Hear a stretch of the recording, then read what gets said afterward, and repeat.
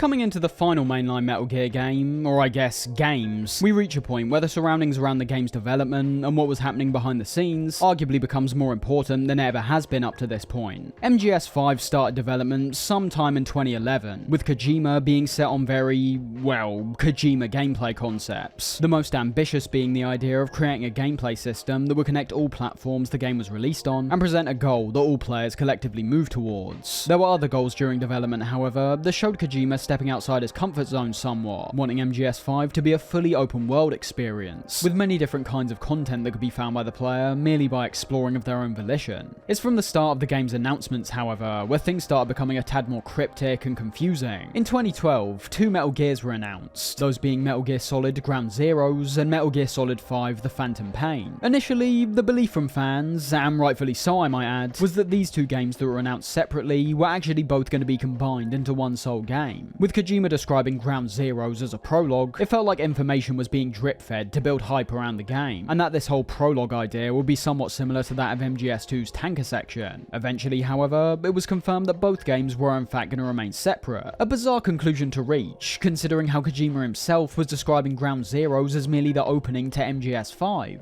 And this is where the problems really start to arise, as upon Ground Zeroes' release, fans were shocked and outraged in relation to one key thing, the price. And when we eventually dive into Ground Zeroes, it'll become very apparent why. So, all of that to begin with is really confusing. Two games being sold separately, that aren't only two parts of the same experience, which ultimately could have been released together, but just like with the tanker and plant chapters, it's the Phantom Pain that makes up the bulk of the experience. It unfortunately doesn't end there though, as outside the game's development, it also seemed the long-time partnership between Kojima and Konami had finally reached its end. Details on why this fallout occurred still remain up in the air to this day, but there are some key things that we can observe, rather petty and nasty things to be honest, that showcase Konami's distaste towards Kojima and his team. The first of these was done right out in the open, with Konami appearing to intentionally remove Kojima's name from all the Metal Gear games being released around 2015, those being Ground Zeroes, The Phantom Pain, and the Metal Gear Legacy Collection. It was in March of 2015 where Kojima and his team officially separated from Konami, with this petty act of removing Kojima's name despite still being his project, obviously being a consequence of that. It doesn't end there, however, as the relations only appeared to get even worse from that point on. For anyone involved in the gaming scene around this time, you would have remembered that Konami became enemy number one in a very short amount of time, with this all being revolved around the split with Kojima. Information started coming out about Kojima's team being shut out from the rest of Konami, and refused additional resources during the development of MGS5. Upon the game's release, Kojima was informed by Konami that he wasn't able to attend any award ceremonies, and what still remains one of the biggest kickers for me, it was because of this split, and because of Konami restructuring their approach to game development, which, as we've seen since, only seems to be revolved around attaining profit, we never ended up seeing what could have been the most promising horror game ever released, Silent Hills. The Kojima-directed PT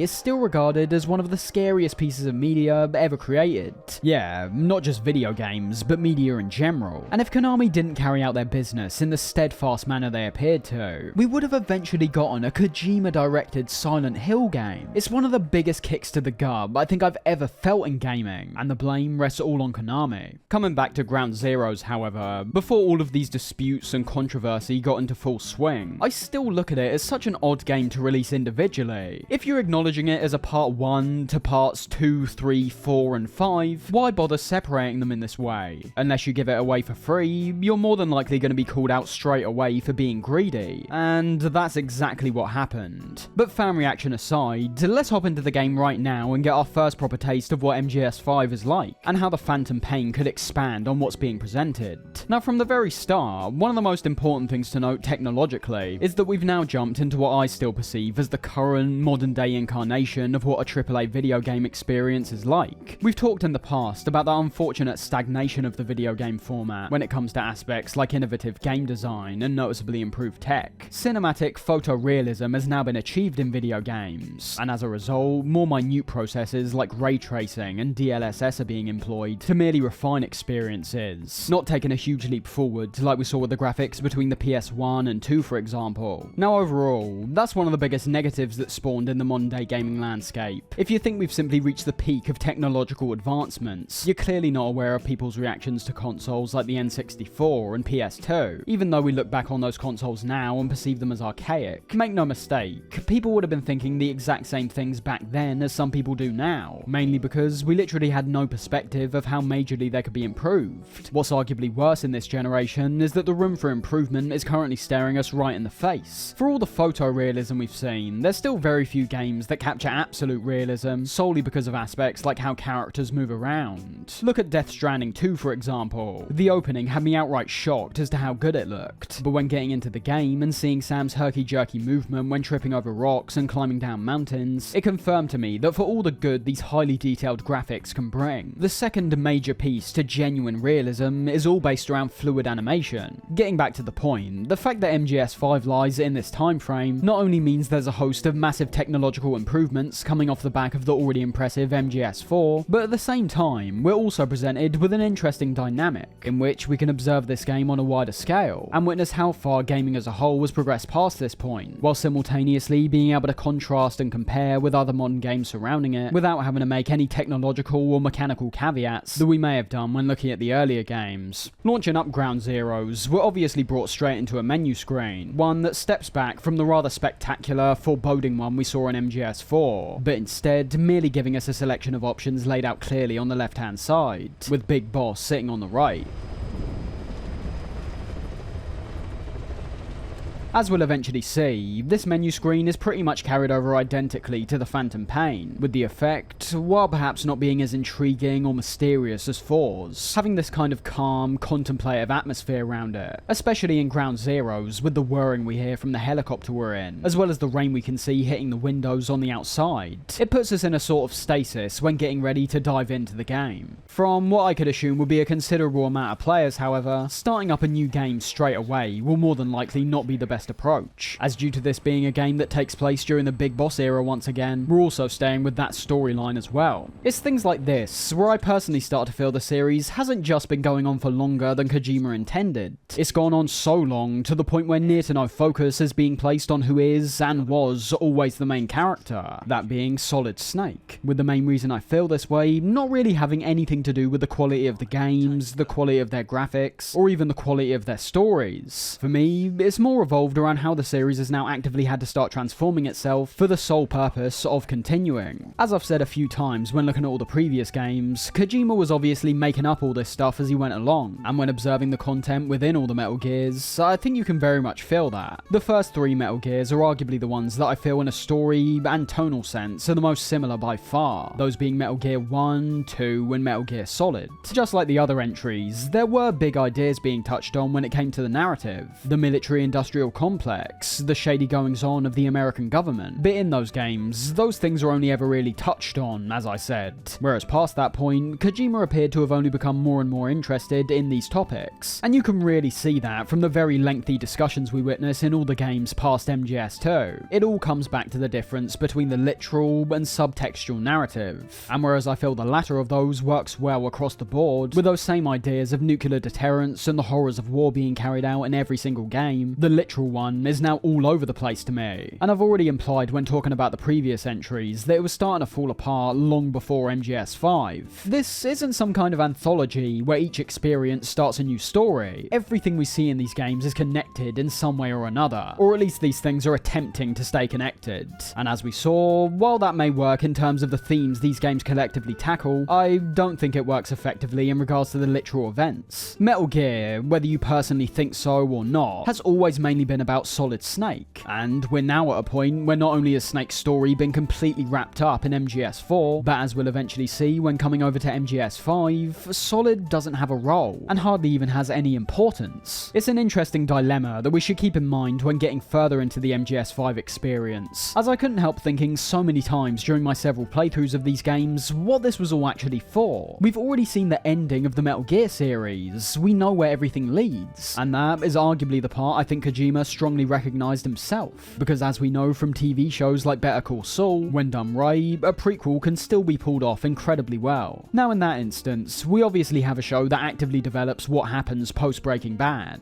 but as any fan of that show will know, those two elements are parts that have almost nothing to do with each other. The bulk of the show was a wholly original story, focused on characters like Saul, Lalo and Gus Fring, with only a minor amount of focus really being placed on things that actively tie into the key events of Breaking Bad. And looking back to Metal Gear, we don't really have that. Staying with the Breaking Bad example, we've essentially had our Breaking Bad finale with MGS4, and in MGS5, we'll see that we end up getting a Better Call Saul that has far too much reliance on that previous story, while introducing elements that more than ever, we would have never had to know to gain a greater view of the story at large. There's a whole lot more to talk about in regards to all that stuff though, so we'll get onto all that a bit later on. Getting back to the menu however, what led us to our previous discussion was in fact the backstory option that's now on show. This quite literally being a recounting of all the events we saw in Peace Walker, something we've seen before in the Metal Gear series, but being especially important in this game's case, due to Peace Walker getting nowhere near the same level of attention. We're informed about all the details you can imagine, the formation of MSF,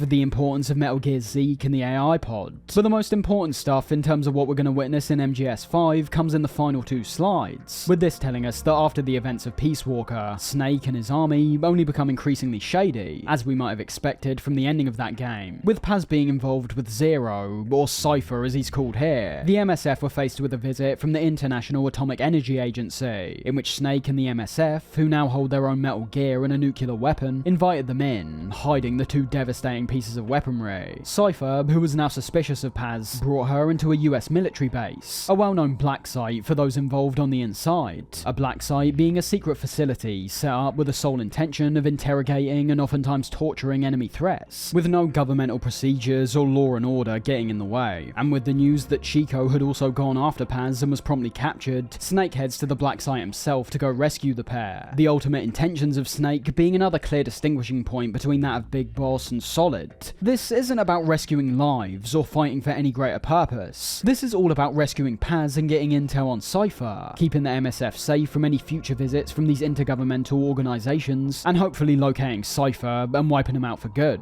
When starting a new game, we can already get the feeling that it's not just the story elements Kojima's now carried forward to this next big installment, it's also the gameplay structure as well. This will become a whole lot more blatant in the Phantom Pain, but as you can see, we've now got a mission select screen. That's right, although Peace Walker was initially thought of as MGS5, this is the first mainline numbered installment that seems to be veering away from the linear structure of all the previous games, instead presenting several different missions. Now, this isn't that much of a big deal in Ground Zeroes to be honest, which admittedly leads into another reason as to why I think so many people were disappointed at this release, because not only are all these separate missions locked off to begin with, and only become available after you complete the Ground Zeroes campaign that makes up the bulk of the experience, but as we'll see later on, every single one of these missions are entirely unnecessary. That's not to say they're not fun, and don't take full advantage of the gameplay that's on offer, but we're not dealing with a full-on campaign that just revolves around a mission-based structure. You've got the sole Ground Zeroes mission, and then some fun little asides that introduces some different gameplay concepts, quite literally just using the game's play zone to its full potential. Finally getting into the game, it's not much of a surprise that we open the game up with a cutscene, with there being so many things to know right off the bat. The graphics are phenomenal, the direction appears to be keeping in line with what we saw in MGS4, but we'll get to all that in due time. Staying with the events that play out in this one for now, we're brought directly into the black site we heard about in the backstory, being referred to as Camp Omega. Another component of MGS4 that we see has been carried over straight away is the style, atmosphere and tone of the scene. We're now long past the days of the intense, fast-paced opening of MGS2, or the goofy, over-the-top intro of 3. What we see in this case is another incredibly dark and gritty opening, just like 4, arguably with the elements that made that one great being amped up to an even more substantial degree. That's not to say I prefer this to 4's intro, but as I say, there's an elevation here to me that I feel's very apparent. The shaky cam effect is even more intense, this time deciding to go for the approach of having one unbroken shot for the entirety of the scene, not being to everyone's liking, and I'd say from my personal point of view, I have always enjoyed Kojima's more structured, static directorial style a bit more, but on that same note, if he's deciding to bring back this documentary style guerrilla cam, going to this extent with it is far better in my opinion, compared to the kind of hybrid we saw in 4. The style isn't the only thing that's pretty damn dark about this intro though, as look into what we actually see in this opening, we're brought straight to all the prisoners' cells in the camp, with who we can assume is the main villain this time round interacting with Chico.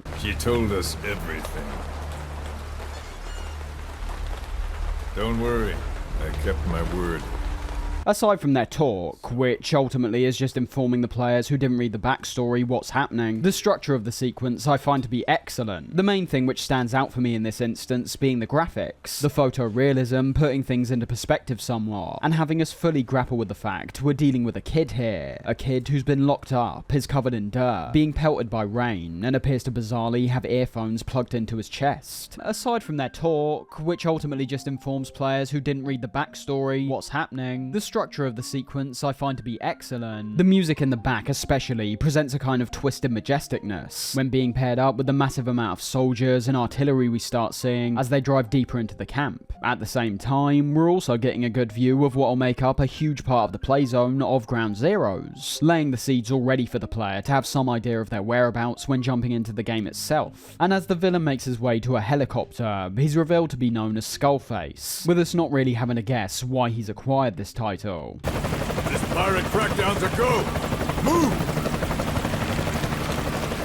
Now, we don't see much of this guy throughout the course of Ground Zeroes, and if I'm being honest, we don't see much of this guy throughout the entirety of MGS5. But starting off, I do find Skullface to be a rather intriguing foe, even if this does mainly stem from his appearance. Bear in mind, even though Cypher's still a key threat in MGS5, this is the very first time we appear to be dealing with a main antagonist that has no real links to key characters of the past. Going all the way back to the very first Metal Gear, the 2 or 3 biggest threats that persist throughout each game are Big Boss, Liquid, and Ocelot. The one exception I suppose you could make arguably being Solidus, but even then, he's literally the 3rd clone, so he's still linked heavily to the villains we're familiar with. Skullface, as we'll eventually see, doesn't share that same connection, and I think as a result is given a much harder time from his very inception to actually be a villain that can stack up with the iconic ones from the past. His appearance and attitude are great though, from the very few moments we get with him. In terms of the key villains we've had in the series, he's arguably the most bizarre of the lot, only really being rivaled with the downright extremity we see in ones like Volgin. As of now, we don't know why his face is like this, why he's in charge of this facility, and what his intentions even are. But I'd say he's presented with enough intrigue to where the player will genuinely be thinking about these questions, compared to them being somewhat opposed to his inclusion. And after Skullface takes off, we finally get eyes on the legendary Snake once more. His introduction being just as over the top as you might expect, with the blaring music in the back and the iconic quotes that get thrown around by both Snake and Cars. But what initially is the best looking moment of the whole cutscene when Snake looks up while wearing night vision goggles, quickly reaches a boiling point when zooming in and hearing him repeat what at this point is his most iconic phrase. Kept you waiting, huh? We're essentially put right into the game after this, but of course, we can't avoid the elephant in the room. As you would have been hearing already, this is not David Hayter doing the voice of Snake. It's instead well-known actor Kiefer Sutherland. Now, it's important to state right off the bat that I actually really like Sutherland as an actor and voice actor. I like him in Fire Walk With Me, I like him in Lost Boys, and if we're talking about video games, I also think he's great as Roebuck in Call of Duty World at War. But despite how good of an actor he is, or how many good projects he's involved in, absolutely none of that matters when you're replacing one of the most iconic and memorable voices in the entire history of gaming. Metal Gear is a series that puts a massive amount of focus on the character of Snake and also dialogue. So from that point, it seems almost illogical to replace the main voice actor with one of the most distinct voice performances you could ever imagine for an actor that, as we've been hearing, is pretty much just reading out the dialogue in his natural voice. Ocelot. I hear they started calling you Shalashaska in Afghanistan. What's that about? To longtime fans, Snake no longer sounds like Snake. He now sounds like Kiefer Sutherland. And I suppose to amplify that point, just in case some of you haven't heard David Hayter's real voice before, just listen to this and you'll see what I mean. Yeah, look, Konami owns the Metal Gear franchise, so it's really up to them. I'm not sure what, if any, are the future plans for it. Well, that's some rumor. I'm only here because the UN wants me to assess the impact and effects of PMCs on their refugee protection efforts. Hayter was doing a voice performance, whereas Sutherland is just voice acting. There's no attempt to even recapture the same kind of style that Hayter brought to the table, which admittedly is most likely for the best. But now Snake just sounds like a grizzled figure, who lacks all of the familiar personality we've gotten used to over the years. Keep an eye on him. And don't tell anyone he's here.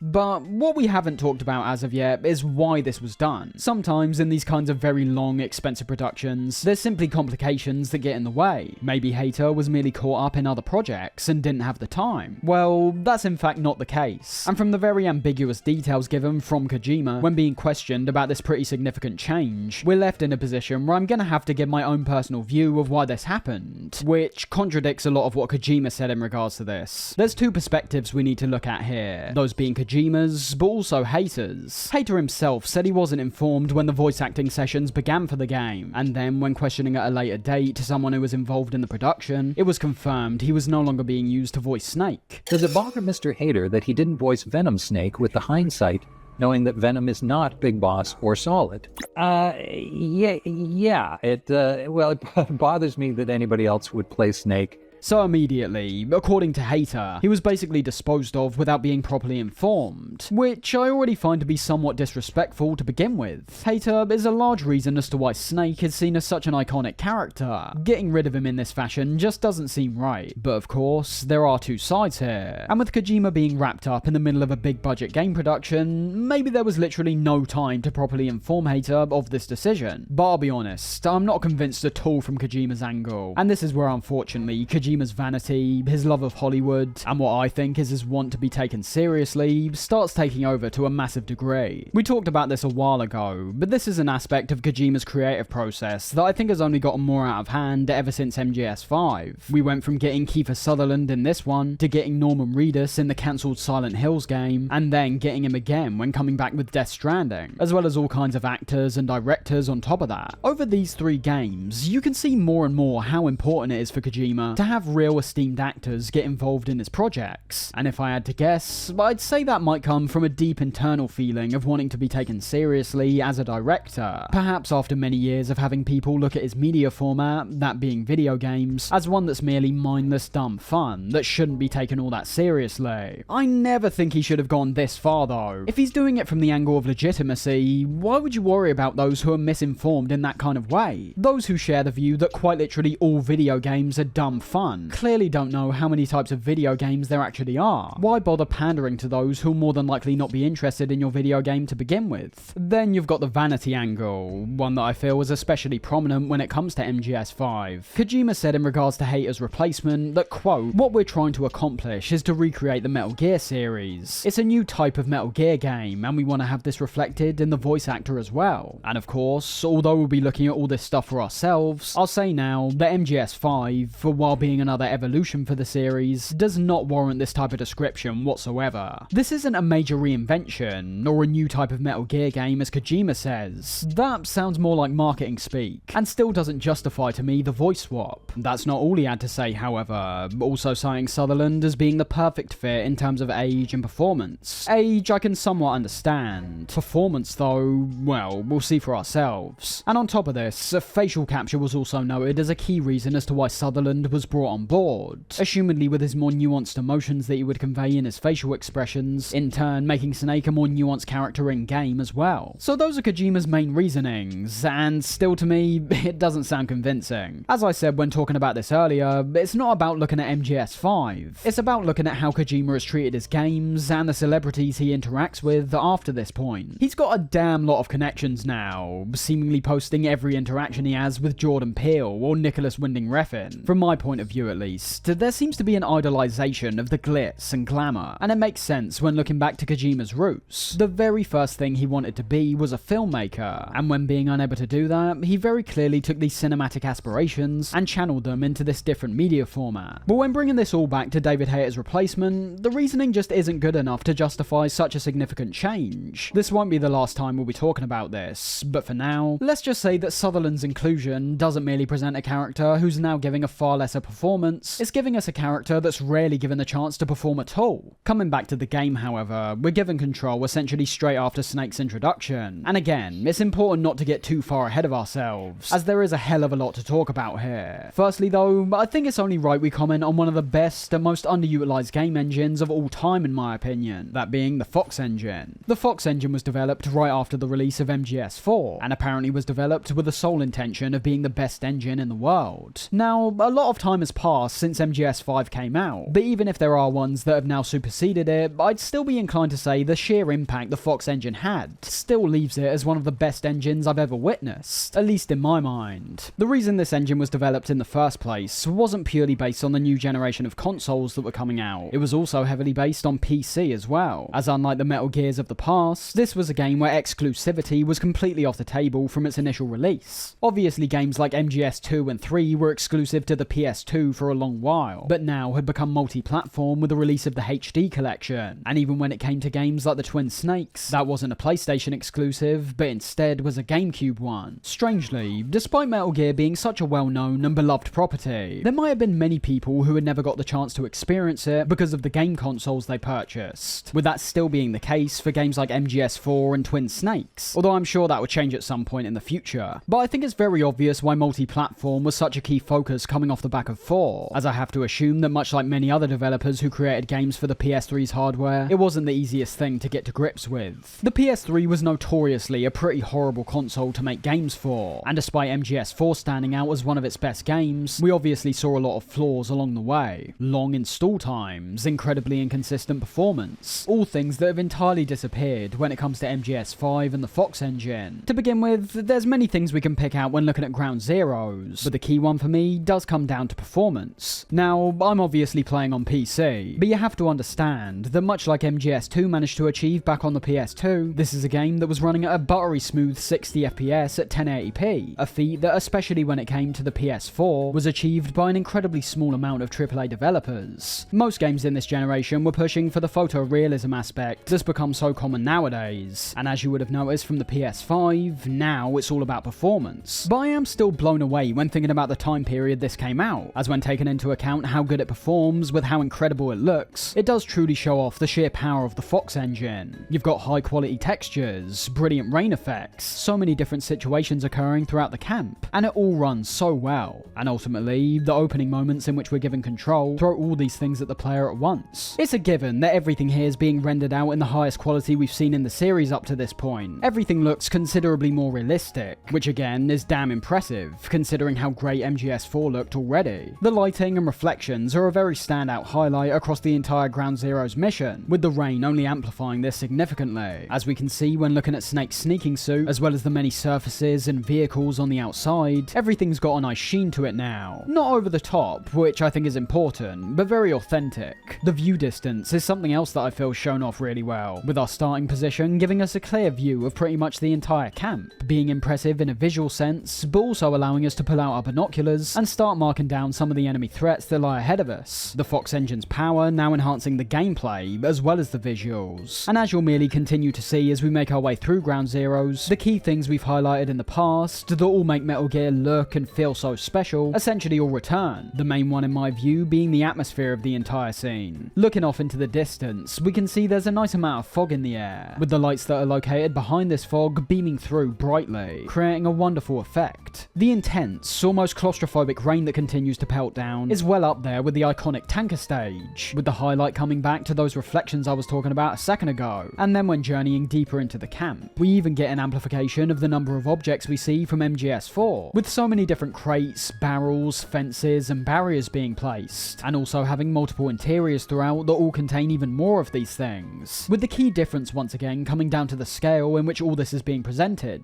because, as you might be aware, there's no loading screens whatsoever in this game. The only occasion where you're taken out and have to press continue is when you die, in which you're then taken back to a checkpoint obviously. I am still taken aback by how fantastically this game has been crafted from a technological basis. Gone are the days bragging about having a whole game be contained on one Blu-ray disc, yet still having lots of loading screens and huge install times. Oh, wait! We're on PlayStation 3! It's a Blu-ray disc. Dual layered, too. No need... Ground Zeroes manages to look better, perform better, and not interrupt the flow of gameplay anywhere near as much as any of the previous games. Phenomenal stuff, and as you'll see for yourselves as we get deeper into the game, the sheer quality's on show from start to finish. Our progression forward to begin with, despite working well to introduce players both new and old to how the gameplay will work this time round, it's a little bit handholdy to me. Bear in mind, my favourite kind of approach is what we see in the tanker from MGS2, a brief rundown of our equipment and a reinstatement that our infiltration infiltration is best handled in a quiet manner, with the avoidance of the enemy being key. With the exception of the plant in that game, which, as I've mentioned, seemed to feed more into the story from my point of view, every subsequent Metal Gear has relayed more information to the player right from the off. MGS3 gave us a whole rundown of our backpack, MGS4 had Otacon constantly chiming in regarding various factors of the gameplay, and MGS5 pretty much sees the return of that. There's no more codec or radio screen at all in this game, at least not the one we're very much familiar with, so we're in a situation again where your assistance just chimes in from time to time to help you out. Your binoculars are equipped with a directional microphone. You should be able to listen in on whatever they're pointed at. Nothing all that bad, obviously, as there will be people who genuinely appreciate and learn from the help that's being given out. But we've talked about this before, giving out guidance in this fairly objective manner leaves a greater opportunity for players to just forget the lessons they're being taught. At the very least, I will say it does leave us in a situation where we're still experiencing these interactions with characters like Miller. We'll talk more about the removal of the codec later on, but as we know, the codec has always been a very integral component to these games, with the removal of it possibly making the characters we interact with not stand out as much as they used to. The first piece of advice given out by Kaz very much takes into account the vast and wide view distance I mentioned a second ago, encouraging us to pull out our binoculars and observe the area, in which, as you can see from the prompt that comes up on screen, we not only have the modernized tips and tricks flashing up now, but more importantly, the binoculars are able to just be picked up and put away with a single push of a button. No searching through a vast menu of equipment like before, just one button push and you get immediately what you want. Now these are the kinds of things where Kojima's claim of MGS5 being a new type of Metal Gear start coming into play, as although on the surface it might seem like a very minor change, I think the impact this has on the gameplay and how each player will carry out their mission is immense. Bear in mind, going all the way back to the first Metal Gear, when it came to your equipment, there were key items you were wanted to be carrying at almost all times. Back then it would have been items like the body armor or rations, only switching back to your many keycards or gas mask briefly when you required them. We obviously had items like the binoculars back then as well, but as was the case for essentially all the Metal Gears right up until this one, the process of taking them out and using them was always just a bit too slow for me personally. In Metal Gear 1, that slowness presents itself in a big way, with the incredibly overwhelming and rather messy inventory system we had there. But even going all the way up to MGS4, there was still the need to navigate our inventory to find the solid eye, and then activate the specific binocular mode. And then when you were done with that, you had to switch it back to another mode again. The whole point being, when you have to jump through so many hoops, whether it be the very long-winded ones like back in the day, or the more refined ones in the more recent entries, you're taking players out of the action in too big of a way, and as a result of that, you'll then find players thinking the careful observation and planning aspect of these games is too drawn out and perhaps a bit boring. A negative without a doubt, considering I think that part of these games is rather integral, and can lead to the most satisfying moments of gameplay when being fully engaged with. MGS5, however, as it does with many components when it comes to the gameplay, has streamlined this process yet again to great effect, where both the ease of access and functionality of the binoculars will have players effectively using them far more than ever before. And make no mistake, the functionality is a massive part of this as well, as much like an MGS4, where focusing on a target would then give you a continuous outline of where they're located, pretty much the exact same thing returns here. However, this time it goes the route of the Far Cry games, by having these large symbols present themselves above the target's head. Notice how I don't just say enemies, as there's actually many things you can focus on with the binoculars now that will in turn be marked. You focus on a spotlight, a vehicle, a mounted machine gun, and all of these things will be marked, just like the enemies, with different icons being used to distinguish them all. Fantastic stuff. The binoculars are now the most useful I think they've ever been, while feeding into the immersion immensely. Going right back to the start though, it's once again important to pick out the several different lessons we get taught here, the next of which relating to how we're being detected this time round. It's no mistake, the very first thing we're faced with is a guard overlooking a wide area with a spotlight. A spotlight that, in my opinion, will catch out the vast majority of players on their first time round, and as a result, will face them with the possibility of being detected right off the bat. Now, as we'll see, there are some key things that return. The bright white indicator above the enemy's head, the sound the enemy generates that informs the player of their suspicion, But the biggest change without a doubt comes from another Far Cry-esque inclusion, that being the white line that now pops up around the sides of the screen to let the player know that not only is an enemy aware of their presence and will likely start investigating further, but also informing them exactly where they are and where they're coming from. A double-edged sword really, as while I wouldn't say I'm a big fan of this addition, due to it ultimately being a rather cheap way of helping the player out, with Snake essentially gaining spider senses now, I can understand why it is here at least, as with the areas now oftentimes being so open, with literally no loading screens that could potentially help you in losing the enemy, it makes sense as to why there's an additional degree of assistance when it comes to the player's stealthy approach. As you'd also notice from these moments, the dynamic soundtrack element that's been important to all the elevating alert stages in the previous games has been enhanced even further, with even this initial suspicion phase now having an ominous piece of music come in, to make the situation even more cinematic and even more tense.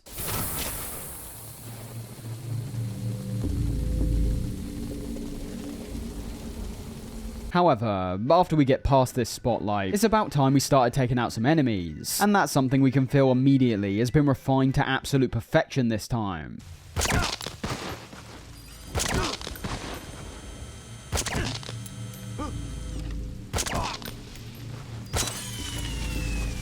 Now obviously, there's two massive reasons as to why this is. One, because we're now very much in the modern era of gaming, and MGS5 without a doubt is taking elements from many other shooter games surrounding it. And two, this is the first Metal Gear game in a long time that's had a proper PC port. When Ground Zeroes came out, the PC hadn't had a port of an MGS game going all the way back to MGS2 Substance. And even then, that's a port which is known to be noticeably inferior to the main PS2 release. Not to mention as well, it's hard to say those games were ever made with a mouse and keyboard in mind whatsoever. With the top-down camera angles and several occasions which focus solely on PlayStation hardware, it's no surprise that even on the PC version of the new Master Collection, players are advised the games are still best played while using a controller. But when looking at games like MGS4, Peace Walker and 5, these are games that I think would inevitably thrive on a PC, primarily due to the control schemes of each game. Ever since MGS3, we've stepped far away from the lockdown camera angles and have gone full third-person over-the-shoulder shooter, and for those who enjoy playing with a mouse and keyboard, you'll find MGS5 controls by far the best out of any game that came before it. The level of precision you now have when using a mouse to aim is unprecedented.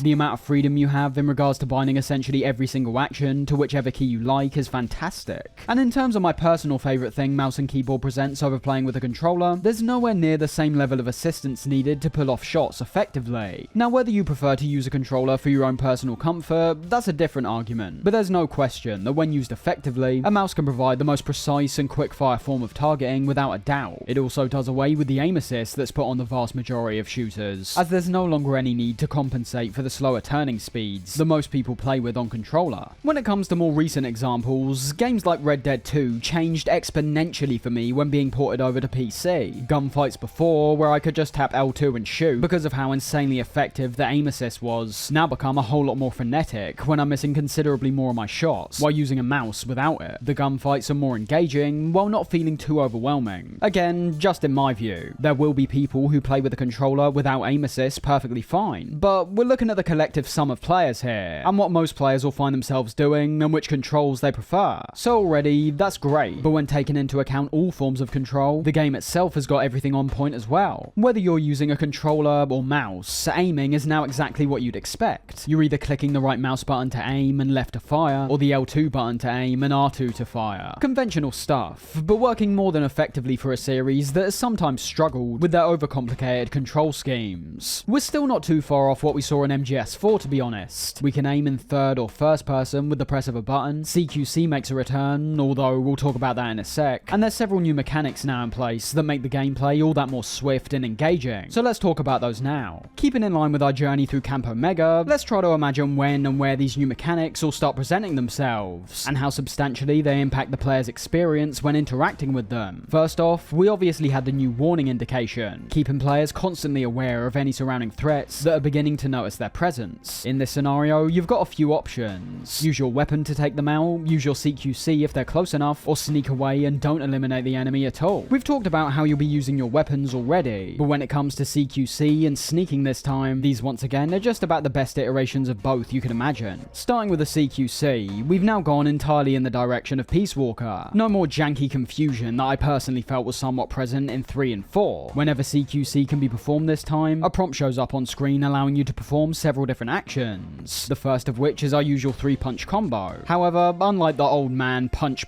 kick we've seen since MGS3, we now get a stylish animation showing Snake taking down the enemy.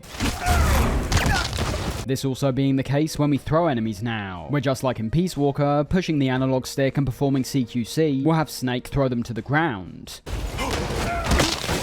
And then we've got the ability to interrogate the enemy, whereby holding the CQC button down, a few options flash up on screen. The first of which allows us to talk to the enemy, in which we can either garner some info on things like the locations of guards or equipment, or we can then get them to call other guards over to our position as a distraction. Call them.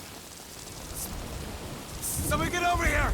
Still very cool, but not fleshed out enough to be anything too substantial. But as you could already assume, this does eventually get expanded on when going into the Phantom Pain. It's arguably the most useful the interrogation system has ever been, however, as unlike before, where the enemy would just tell you these things without any form of guidance, all the info that's given out is then updated on our map. So, if we're told about a stockpile of ammo that can be found in a hut somewhere, that ammo's then given an icon on the map, where we can then go and collect it. The other two options are exactly what you expect, either a choke for non-lethal players, or a stab for those bloodthirsty players. CQC all round may initially feel more binary and static compared to what we've had in the past, but ultimately, we're performing the exact same actions as we did back then, but now with none of that confusion I mentioned. When interrogating enemies, you're told clearly what to do, and are given set functions as to what you want to achieve when interacting with the enemy, whereas before, I thought it was more of a gimmick really. The idea of interrogating someone was more impactful than what you actually received from doing it. The streamlining and simplification of the idea is without a doubt a positive, and even though I'm not all that much of a fan when it comes to the QTE type prompts that flash up on screen, I'm more than willing to take them considering the overall system that benefits off them. This also goes for another well-known mechanic that returns in this game, that being our ability to pick up and move enemies you've neutralized. Again, this time round, you're only able to achieve this through another button prompt, where you hold a button down and pick up the nearby target, but surprisingly, no complaints from me on this front either, as if this automation is what was required to get this new guard carrying system in place. I've got no problem whatsoever, because as you can see, we've now had that incredibly slow carrying system that we've quite literally experienced throughout all the prior Metal Gears be replaced with one that's fast, efficient, and so much more effective. Snake now puts these guards onto his back, allowing us to move around just as we normally do, with only a few restrictions being thrown at us. Those restrictions being fairly obvious, like how we aren't able to go prone while carrying someone, and aren't allowed to pull out our assault rifle. But even when it comes to the movement penalties where Snake slowed down, these are so negligible that they don't really matter at all. This change is another one that was definitely needed for a while now, and makes the process of hiding the enemies you've taken out a whole lot more efficient and a lot more plausible. Bear in mind, although in the past Metal Gears the idea of hiding bodies was always possible, and was even incentivized at certain points, the way the areas were segmented meant that on the whole, it was never usually worth it. You could go through the effort of picking up bodies and hiding them in lockers, but what's even the point if you can just leave the area and not have to worry about that kind of stuff anyways? Because of how Campo Mega is one large sandbox, the importance of hiding bodies is that much more significant. You can't just leave a body strung out in the middle of a road, because the enemies in that area don't miraculously disappear, even if you're very far away from them. Even a game like MGS4, which had very large areas to play in, they were still all segmented in a way where hiding bodies didn't matter all that much. So realistically, there's two factors that play into why picking up and moving bodies work so well this time, those being the function itself that's now been made far easier and more effective to use, and the importance the function's given from how the world and AI works in this game. We haven't yet discussed the Ground Zeroes mission itself, however, so we should take a moment to look at what actually occurs at the start of it. Of course, our main aim is to track down Paz and Chico, with Chico's location obviously being relayed to the player in the opening cutscene, with how he's locked up in a cell outside. Luckily, the area's not too far from where we start our mission, but with our surroundings being so open, it's important to map out our path carefully, and prepare for any potential threats that might crop up along the way. Even from this very opening objective of going to find Chico, we can very much feel how different the gameplay actually is compared to the past Metal Gears. As I was saying in regards to MGS4, even though the areas were a lot broader, there was still a very binary approach towards how you navigate the environments, and where you end up by the end of them. You could have pathway A, B, and C, and these would all coalesce to lead right to the end of the area and on to the next one. In MGS5, you could reasonably reasonably say these pathways still exist. For example, you could decide to head directly up the road, take out the guards on the way, and then reach Chico. Alternatively, you could stay closer to the buildings initially, and head up the center pathway past the many tents that are set up. Or you could head far more over to the left-hand side, and come at these cells from a different angle. But bear in mind, what we also have here are many other pathways that don't lead us to our objective, and allow the player to instead head off on a pathway of their own. And that's very much where you can see the open world influence starts presenting itself. We know our objective is Chico, and when checking our map, we know the general area he's located in. But nothing's now stopping us from deferring completely, which, for Metal Gear, is something we've never really seen before, at least not to this same degree. There's no keycards blocking us off, or a linear set of areas we need to navigate before we reach our ultimate goal. If you didn't know, we don't even need to go rescue Chico first, despite being told that's our objective. If you know where Paz is, or just go looking around yourself, you can find and rescue her first. Freedom is what it all comes back to yet again. The freedom to sneak around as you see fit, and the freedom to carry out your objective any way you want. When done right, just like it is here, this can be a fantastic thing to introduce into your game, as the replayability then has the potential to rise to an immense degree. A new level of intrigue can be garnered from the player when looking at the many different routes they might have missed, or possible mistakes they may have made the first time round, and subsequently wanting to discover if there was a way they could carry out their mission in a manner that's more efficient, or perhaps a bit more challenging, depending on what positions you personally want to be in. But regardless of all that, when eventually discovering Chico, Kojima's surprisingly dark direction gets shown off in full force once again, with this getting carried over to quite a few of the cutscenes we see in both Ground Zeroes and the Phantom Pain, with the main takeaway from this small cutscene for me being the intensity we see.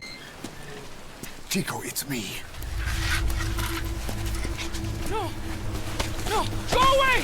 When tackling the main story, Kojima makes sure to put a real emphasis on situations that are on the brink of spiraling out of control. There's no quirkiness or fourth wall breaks. We're continually put into the center of situations that are incredibly tense and pretty damn disturbing. Like in this first one, Chico immediately starts freaking out upon Snake entering his cell. With the amount of noise he starts generating, as well as having some unknown light start shining on our position, it makes us feel like we're about to be discovered. And then that's quickly followed up with Snake choking out Chico until he passes out.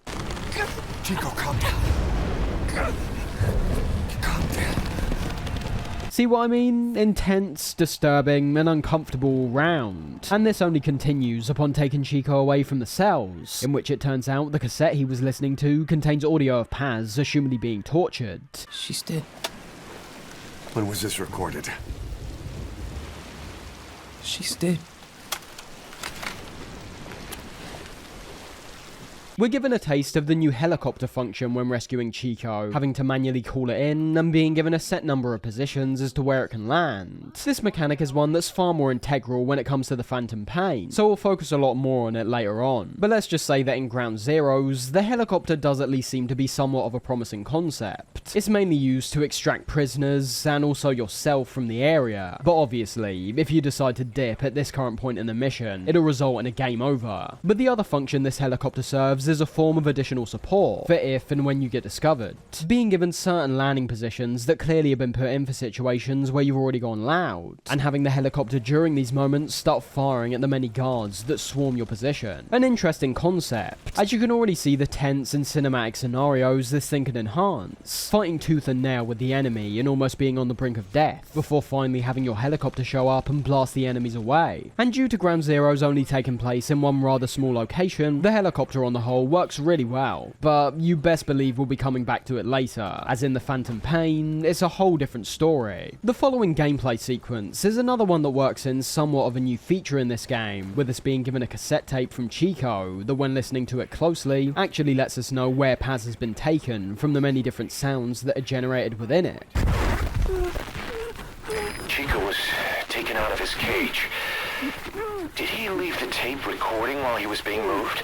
I think from the off, this is a brilliant concept, having to use key sounds like large gates closing, helicopter blades whirring, and flags blowing in the wind to map out a path forward, which in theory is a perfect opportunity for players to really take in the wonderful looking scenery, closely observing their environment and looking out for the most minute of details that could lead them to Paz. And on the other hand, the reason they'll be more inclined to do this is because the objective itself is rather unconventional optional, and would appear to require a lot more thought and attentiveness on the player's behalf. We're not given a waypoint or even a general direction of where we should go. It relies on us making our way forward and discovering these key things we hear on the tape. And all of this would be true. This would be a great objective to me if it wasn't for one sole thing. And that's how the hand-holding is once again so on the nose and frequent that all these things I just talked about don't even really need to be taken into account. Try using what you hear to find pause. If you're still not sure, listen to the tape again. Again, in theory they should be, but as you can see from my playthrough, I think you're given way too much guidance without even deserving it. Starting off, it's not too bad. While listening to the tape, he'll interject occasionally as a way to essentially inform the player of what they should be trying to do, and then after the tape's over, he quite literally tells you what to do. But then after that, you can assume the closer we get to our objective, the more things we'll start seeing that were featured in the tape. Only issue is, what I think should have been a mission of personal observation and navigation becomes one where even if you're just in the general area of one of these key objects, CARS informs you you're going in the right direction. The surveillance camera. That sound. A flag fluttering. That, for example, makes no real sense. CARS has just informed us about a flag fluttering that in my case, I can't see or hear. And in my view, things like this take away so much from an objective that I feel could have been really fun to experience, especially on your first attempt. Whereas freedom has quite clearly been a key emphasis starting off. That's nowhere to be seen in moments like this. CARS seems to be a step ahead of what I'm personally experiencing. And ultimately, the only thing that would have to be done in this case is to either take out the assistance entirely, or just make it a bit more strict. Don't have CARS randomly chime in about a flag that you can't see or hear. Only make him comment on it when the player themselves have clearly spotted the flag and put their focus on it, perhaps zooming in with the binoculars. So as I say, a great gameplay concept that's oftentimes detracted from with the overwhelming amount of guidance I feel is given. The areas we end up being led to while on the hunt for Paz, however, only give us an even harder time when trying to make our way forward while staying undetected. You'll notice that compared to previous games, most enemies do have a rather short range in which they can start detecting you, but as you can assume, this has clearly been implemented to compensate for the wider sightlines on the whole, with what I perceive as your navigation and certain environmental threats now being one of the key things that could lead to you getting spotted. Now that's not to say these enemies are almost blind or anything. If you're crawling in front of them, they will start becoming suspicious from around the 15 to 20 meter mark, but there's definitely things which now amplify this significantly. The main one when it comes to this area being the large spotlights that shoot down on several points of the wide open area. Navigation now has to be taken into account far more when it comes to elements like these, as when you find yourself in the middle of these brightly lit areas, enemies will be able to spot you from a far greater distance away. And when it comes to avoiding the enemy this time round, or breaking their line of sight, there's a few different actions Snake can now perform that will either get him out of trouble before being spotted, and also some that stop an alert phase firing up when being spotted.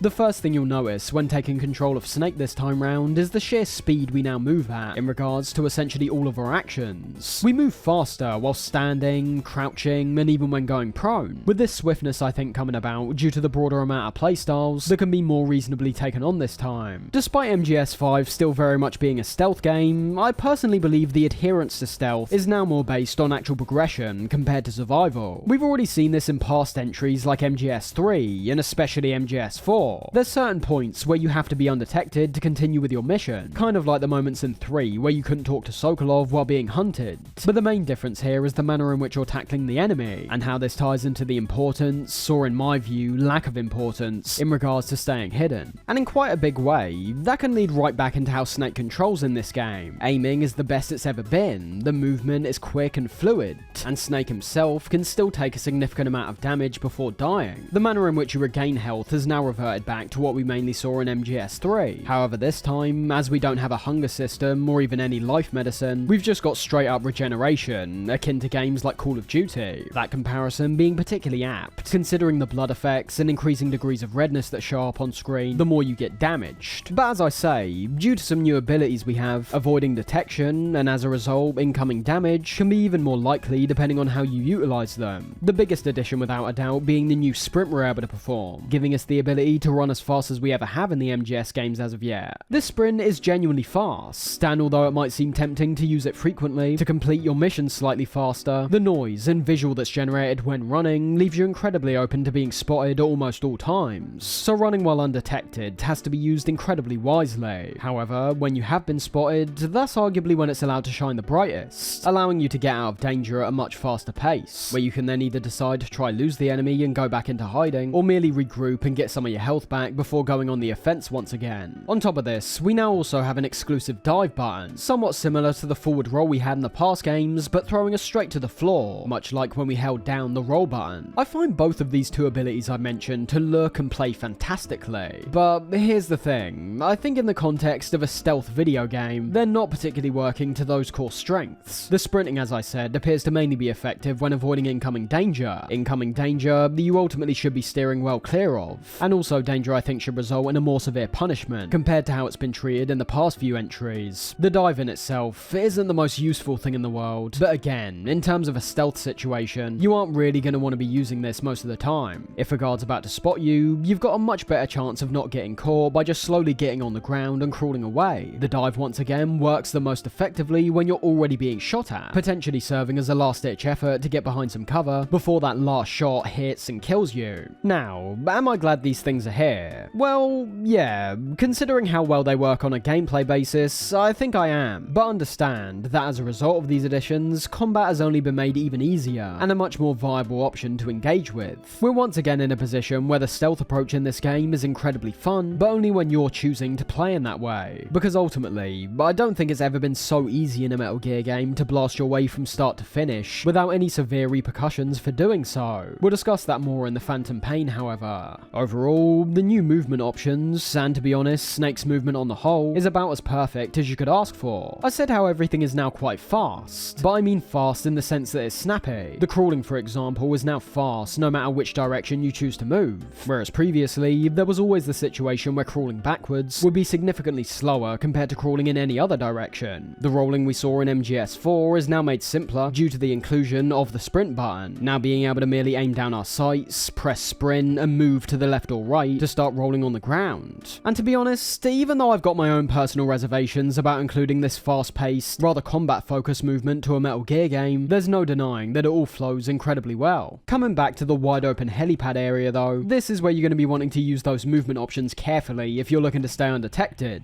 Not only is this place crawling with enemies, but the area itself is wide open, with many spotlights shining onto the ground that could leave you like a deer in the headlights. If you played the Metal Gear series before, however, you should already have a general idea on how to progress stealthily by utilizing your equipment and timing all your actions carefully. Dealing with enemies for the most part is no real different to what we've experienced in the past, with our biggest issue now coming from the bodies, as we already established. One shot to the head will still kill or tranquilize any and all guards, so the decision to neutralize or sneak past them is debatably the most important it's ever been. You're still given the liberty to eliminate enemies just as easily as we have in the past, but now I feel a certain degree of restraint must be shown from the player as to not let the bodies start piling up, because as we know, if we aren't able to hide all of these bodies effectively enough, a guard that's nowhere near us can now end up discovering it, resulting in the enemies entering into a more cautious state and increasing the chance of us getting caught. But as we know, our weapons don't solely need to be used for eliminating enemies. We're particularly in this section of the game using them to take out some of those spotlights, and perhaps a few of the nearby surveillance cameras can be just as effective in helping us reach our goal. We've talked a lot about getting caught and the potential of getting caught so far, but I haven't actually mentioned what I think is one of MGS5's biggest changes to the core gameplay, and that's the brand new reflex mode we have, a mode that activates when being discovered by the enemy, giving us a brief window to take out the enemy that spotted us and avoid an alert phase firing up.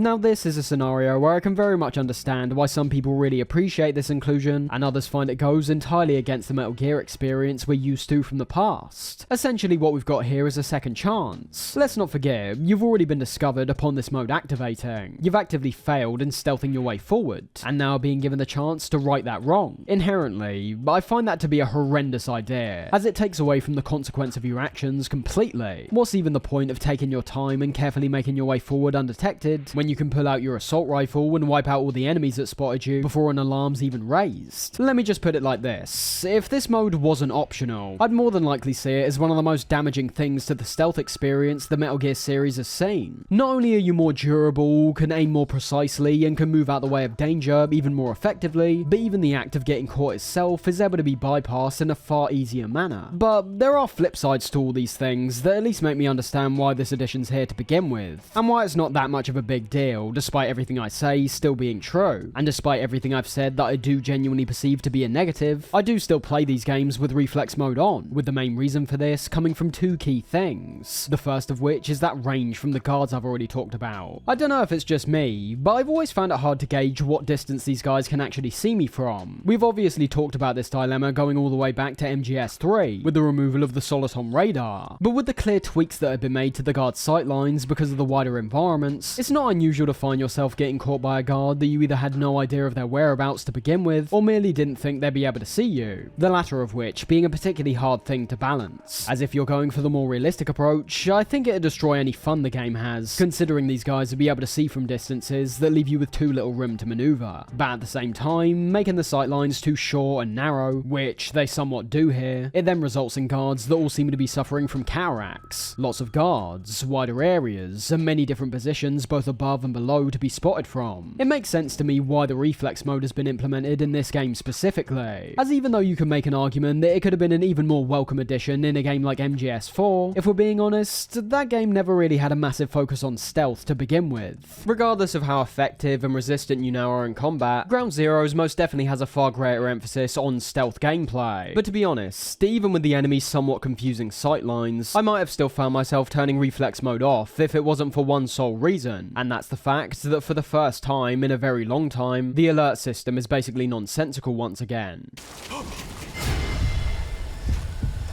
Hostile!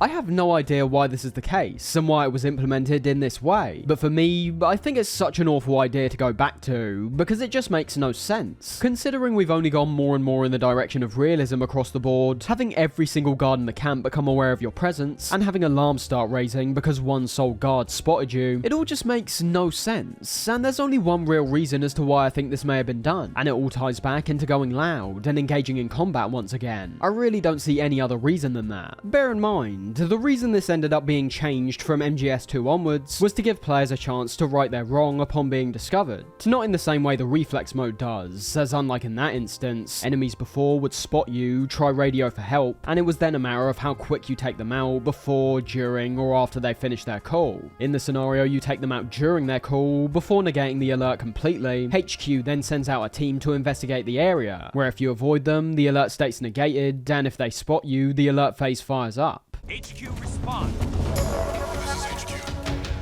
Patrol here. What's going on? Respond. There's something wrong. Support unit, confirm their status. What's wrong? What's wrong? But in MGS5, it's a one and done. You're spotted and that's it. No radio call or any call for help whatsoever. And when thinking about it, it might not just be the want for players to engage with combat more. It might actually be more related to the reflex mode than we initially expect. Because ultimately, much like most developers I think would attempt to do when implementing a new mechanic, they want players to actually use it. But this was absolutely the wrong way to go about this, if what I'm saying is the real reason. Because it then makes the reflex mode seem a whole lot less optional than it initially appears. Hell, you could have even gone the route of having this be an either-or situation, and when thinking about it, that might have been the perfect approach. You either pick the reflex mode and have the chance to avoid any alert or caution phase entirely, with the potential risk being that if you're unable to wipe out the enemies in time, the alert phase is launched immediately. Or if you switch the reflex mode off, you once again deal with guards that call out for help and radio HQ. Either way, the manner in which the alert gets launched isn't only incredibly unrealistic, but more than that, it just doesn't seem fair on the player. player. It doesn't give them anywhere near enough time to deal with being spotted. Now, you might think I sound a bit hypocritical, considering only a second ago I was talking about how I thought the consequences with the reflex mode should be more severe. But understand, I think you also need to be fair enough and give players enough leeway to actually keep them engaged and wanting to tackle things in a stealthy manner. Luckily, most casual players will most likely not even realise the reflex mode is something you can switch off, and won't even mind its inclusion to begin with. But for hardcore fans of the series, you're now left in a situation where even the smallest slip-up now results in your cover being entirely blown. And in my view, this ultimately ends up turning a system that in the past I found to be near perfect into one that's only going to please what I think is a very small number of players. Because don't mistake, there will be a selection of players who actually enjoy this level of punishment, but to be honest, I think my stance lies in a middle ground that only a select number of players care about either. Not wanting these repercussions to be too severe, but also not too lenient. Essentially, just bring back the system we're already familiar with and you've got the problem solved. But alas, that's not to be. And that basically sums up the alert system on the whole for me in MGS5. It's just so not Metal Gear. You've got the alert sound and exclamation point, sure, but it just doesn't feel like the alert system that makes up a large part of MGS's identity at this point. There's no countdown informing us what phase we're in and how long it'll be before things cool down. Instead, we get a tiny message at the side of the screen, telling us if they've increased or decreased their caution. Even the alert music doesn't stand out compared to the previous games.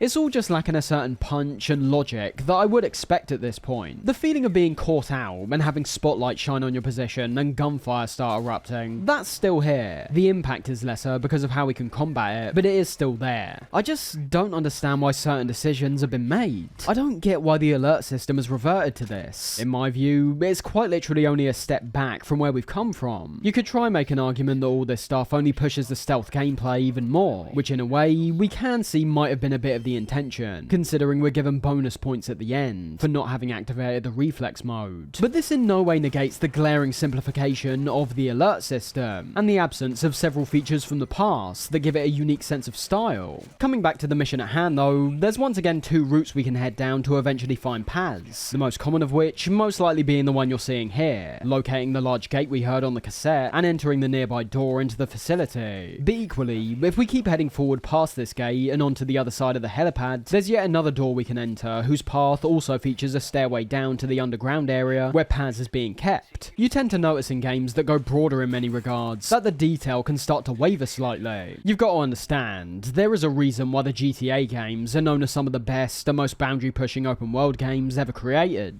as Rockstar's always shown the ability to go bigger, but also better, and to a degree, that isn't particularly matched by anyone else surrounding them. Now while Ground Zeroes isn't exactly a massive leap, considering the wide areas we already started seeing in MGS4, it is still a leap, and one that if not handled with the same degree of care and attention to detail, could result in a kind of experience that while perhaps being impressive from a technical standpoint, doesn't quite hit in the gameplay department. But, as those who played the game will know, that's not the case whatsoever. Enemy placement, and how their enemies themselves patrol the general area is fantastic, constantly getting in the player's way, and having positioning, timing, and quick thinking come right to the forefront for the first time in a while. Objects are placed all over these areas, providing the player with many forms of cover, but also having a lot of this cover be placed alongside the cameras and spotlights we've talked about before. So again, awareness and balance becomes very important. Hiding behind one crate or container could be effective for one enemy in front of you, but leave you entirely open from behind. There's also many different crevices we can crawl into as a way to bypass guards, or reach our goal in a safer manner. There's the many watchtowers we see throughout this place, being able to climb up and maybe carry out some reconnaissance and mark all the nearby enemies, or maybe just start picking them off one by one. It can't be understated that from top to bottom, I find Camp Omega to be an immensely well-crafted play area. With so many details, obstacles, and different forms of progression, the player will naturally experience along the way. Doors are something you interact with, regardless of which way you enter this part of the facility, acting just about as you'd expect, with these doors posing a potential hindrance when trying to gauge if there's someone on the other side, and also a slight threat when it comes to the noise generated depending on how fast you enter them.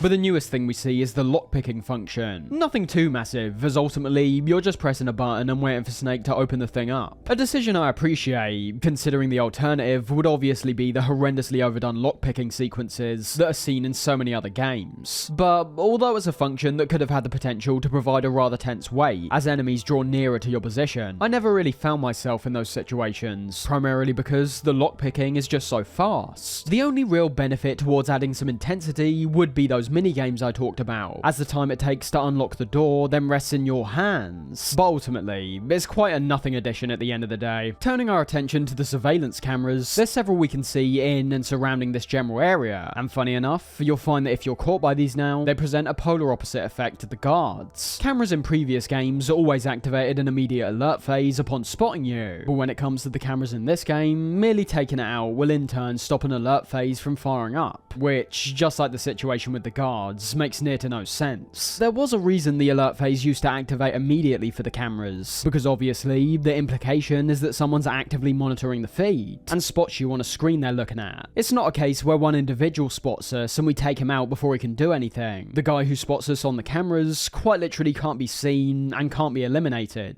Not long after entering, however, we end up finding Paz, who now appears noticeably more grown up compared to when we last saw her.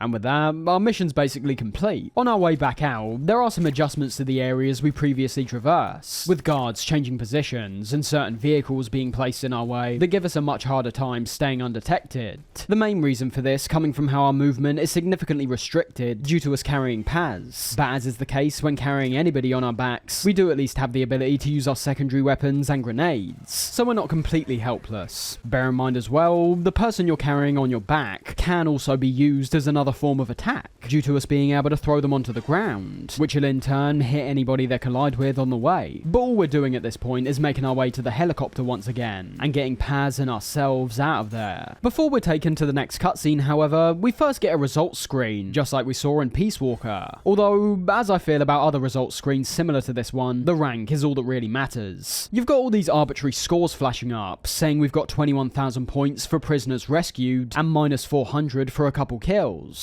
But ultimately, all it comes down to is bragging rights at the end of the day. Unlike the Phantom Pain, the ranking system essentially means nothing in the grand scheme of things, as the unlocks we do get in this game don't create a massive impact, mostly unlocking different weapons we can acquire at the start of a mission. And when it comes to the Phantom Pain, the S ranks have no impact whatsoever on the save transfer we can perform that gives some additional unlocks in the main game. Getting onto the cutscene, however, this hands down has to be one of the darkest and most grotesque scenes Kojima's ever worked on, and as we reach the closing stages of Ground Zeroes, we'll start seeing just how disturbing and almost vitriolic Kojima's approach really is when it comes to this story. Which is exciting in some sense, considering we've never really been here before when it comes to the Metal Gear series, but it's also undeniably jumping in a majorly different direction to what we're used to. Now, I'm not one to get fazed by a lot of things, and this cutscene isn't really one of them, but I think because of the sheer brutalness of what's showcased, I'm on the fence as to if YouTube will be all that happy for me to show this cutscene in a fully unfiltered manner. Because what essentially happens is Chico and Snake discovering there's a bomb in Paz's body, and then the subsequent removal of that bomb in a highly detailed and gory fashion. The foreshadowing of this moment is pretty great, whereas you might have noticed during our initial rescue, Paz kept going on about her stomach, with what we initially would have thought was just a remark of how much pain she's in, now being seen more as a warning.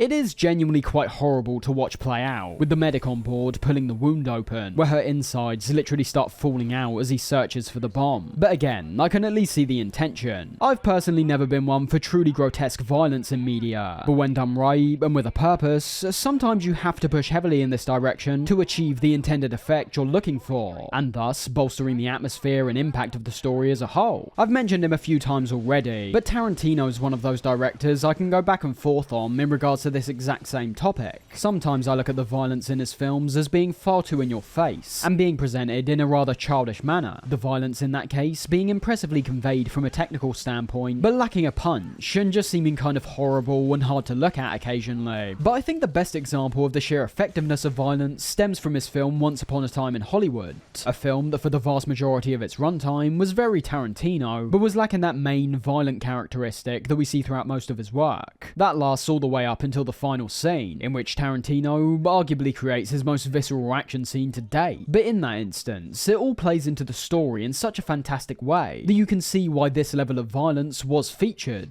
And especially in that film's case, there's even something strangely cathartic because of who this was being inflicted upon. Now, in the case of Ground Zeroes, what we're being made to experience is a tonal shift so severe that fans are suffering a form of mental whiplash. Everything has already been kind of out of line with the previous games, but the impromptu surgery scene puts the nail in the coffin. We're going in a direction that we've never been to before, and from the droning music in the back, the screams let out by Paz, as well as obviously what we're actually seeing, this is pulled off incredibly well. Not a nice scene to sit back and watch, but one that I do at the very least feel creates a kind of impact that wouldn't have been able to be achieved otherwise. From this point, what we witness is the downfall of Snake and the MSF, arriving back to a mother base that's covered in flames, and has many different parts almost entirely destroyed.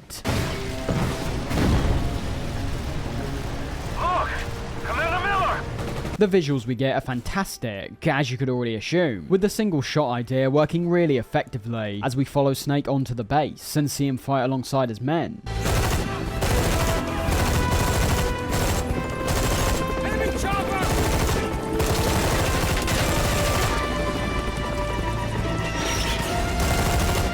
With the platform eventually sinking, however, and with no real chance of victory, Snake and Kaz end up retreating, watching everything the pair of them had worked for during Peace Walker entirely crumble before their eyes. Kaz describes the inspection as a smokescreen, with what we can presume was Skullface and his men being the ones who infiltrated and took them down. They played us like a damn fiddle! Building him up as a hateable villain even more. Paz eventually wakes up, saying there's in fact another bomb inside of her, with the way she says this, making it very clear this bomb was placed in her, well, let's just say her private parts. There's another in my...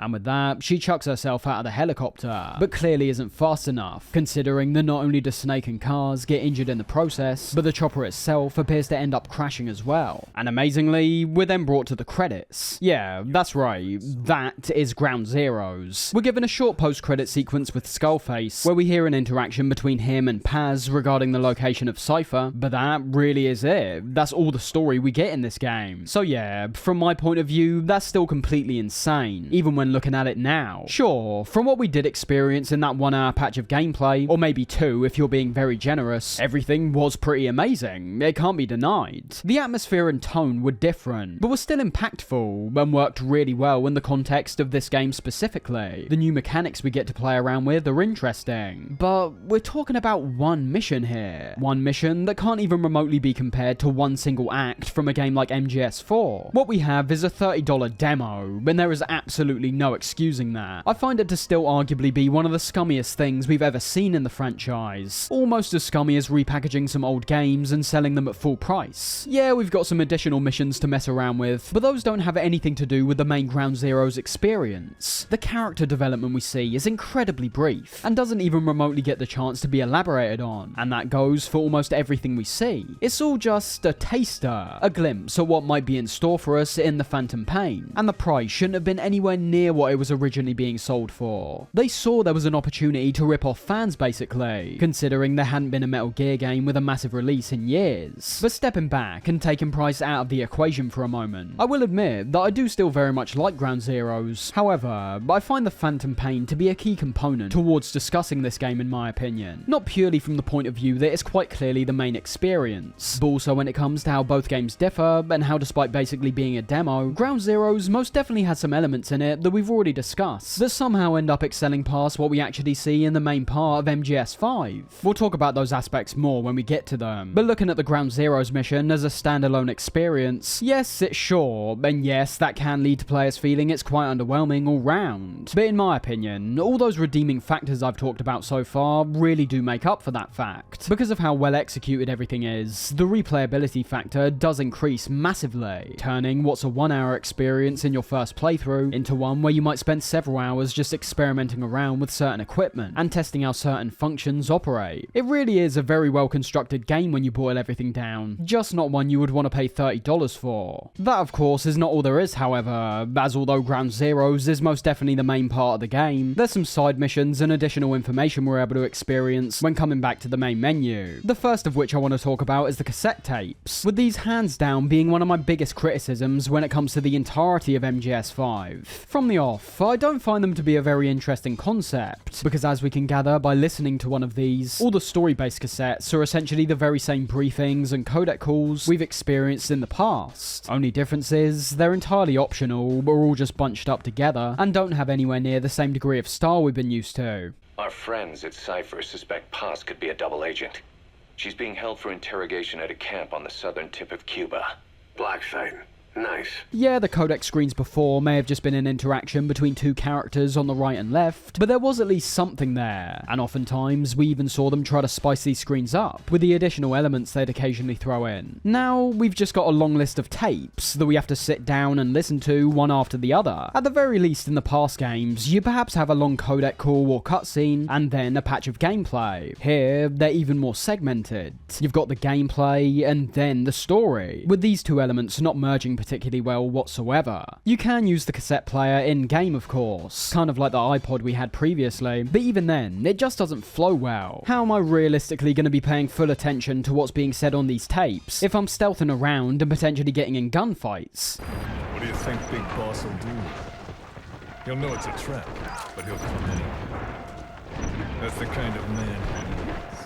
There's no real in-between. You either sit and take in the information in what I perceive as the most boring manner possible by sitting on the menu screen, or you listen to them while playing, and more than likely have them interrupted by a cutscene, an alert phase, or any number of things that could turn your attention away from the audio. What's even worse to me, however, is that these tapes usually end up holding, without a doubt, the most important story details in my opinion, with this going for the Phantom Pain as well. And this ties right back into how I have no idea why they stuck all these things on tapes. Playing these games back in the day, but I didn't listen to a single one of these tapes, despite being a massive fan of Metal Gear and sitting through hours and hours of cutscenes prior to MGS5. You know why? Because nothing was enticing me to give these any degree of importance or time. Bear in mind as well, when it comes down to how these tapes have been listed, it won't seem very promising for most players tuning into the first one, and hearing the same details be relayed about the mission they've either just performed or are about to perform, depending on if you listen to these before or after. Your mission objective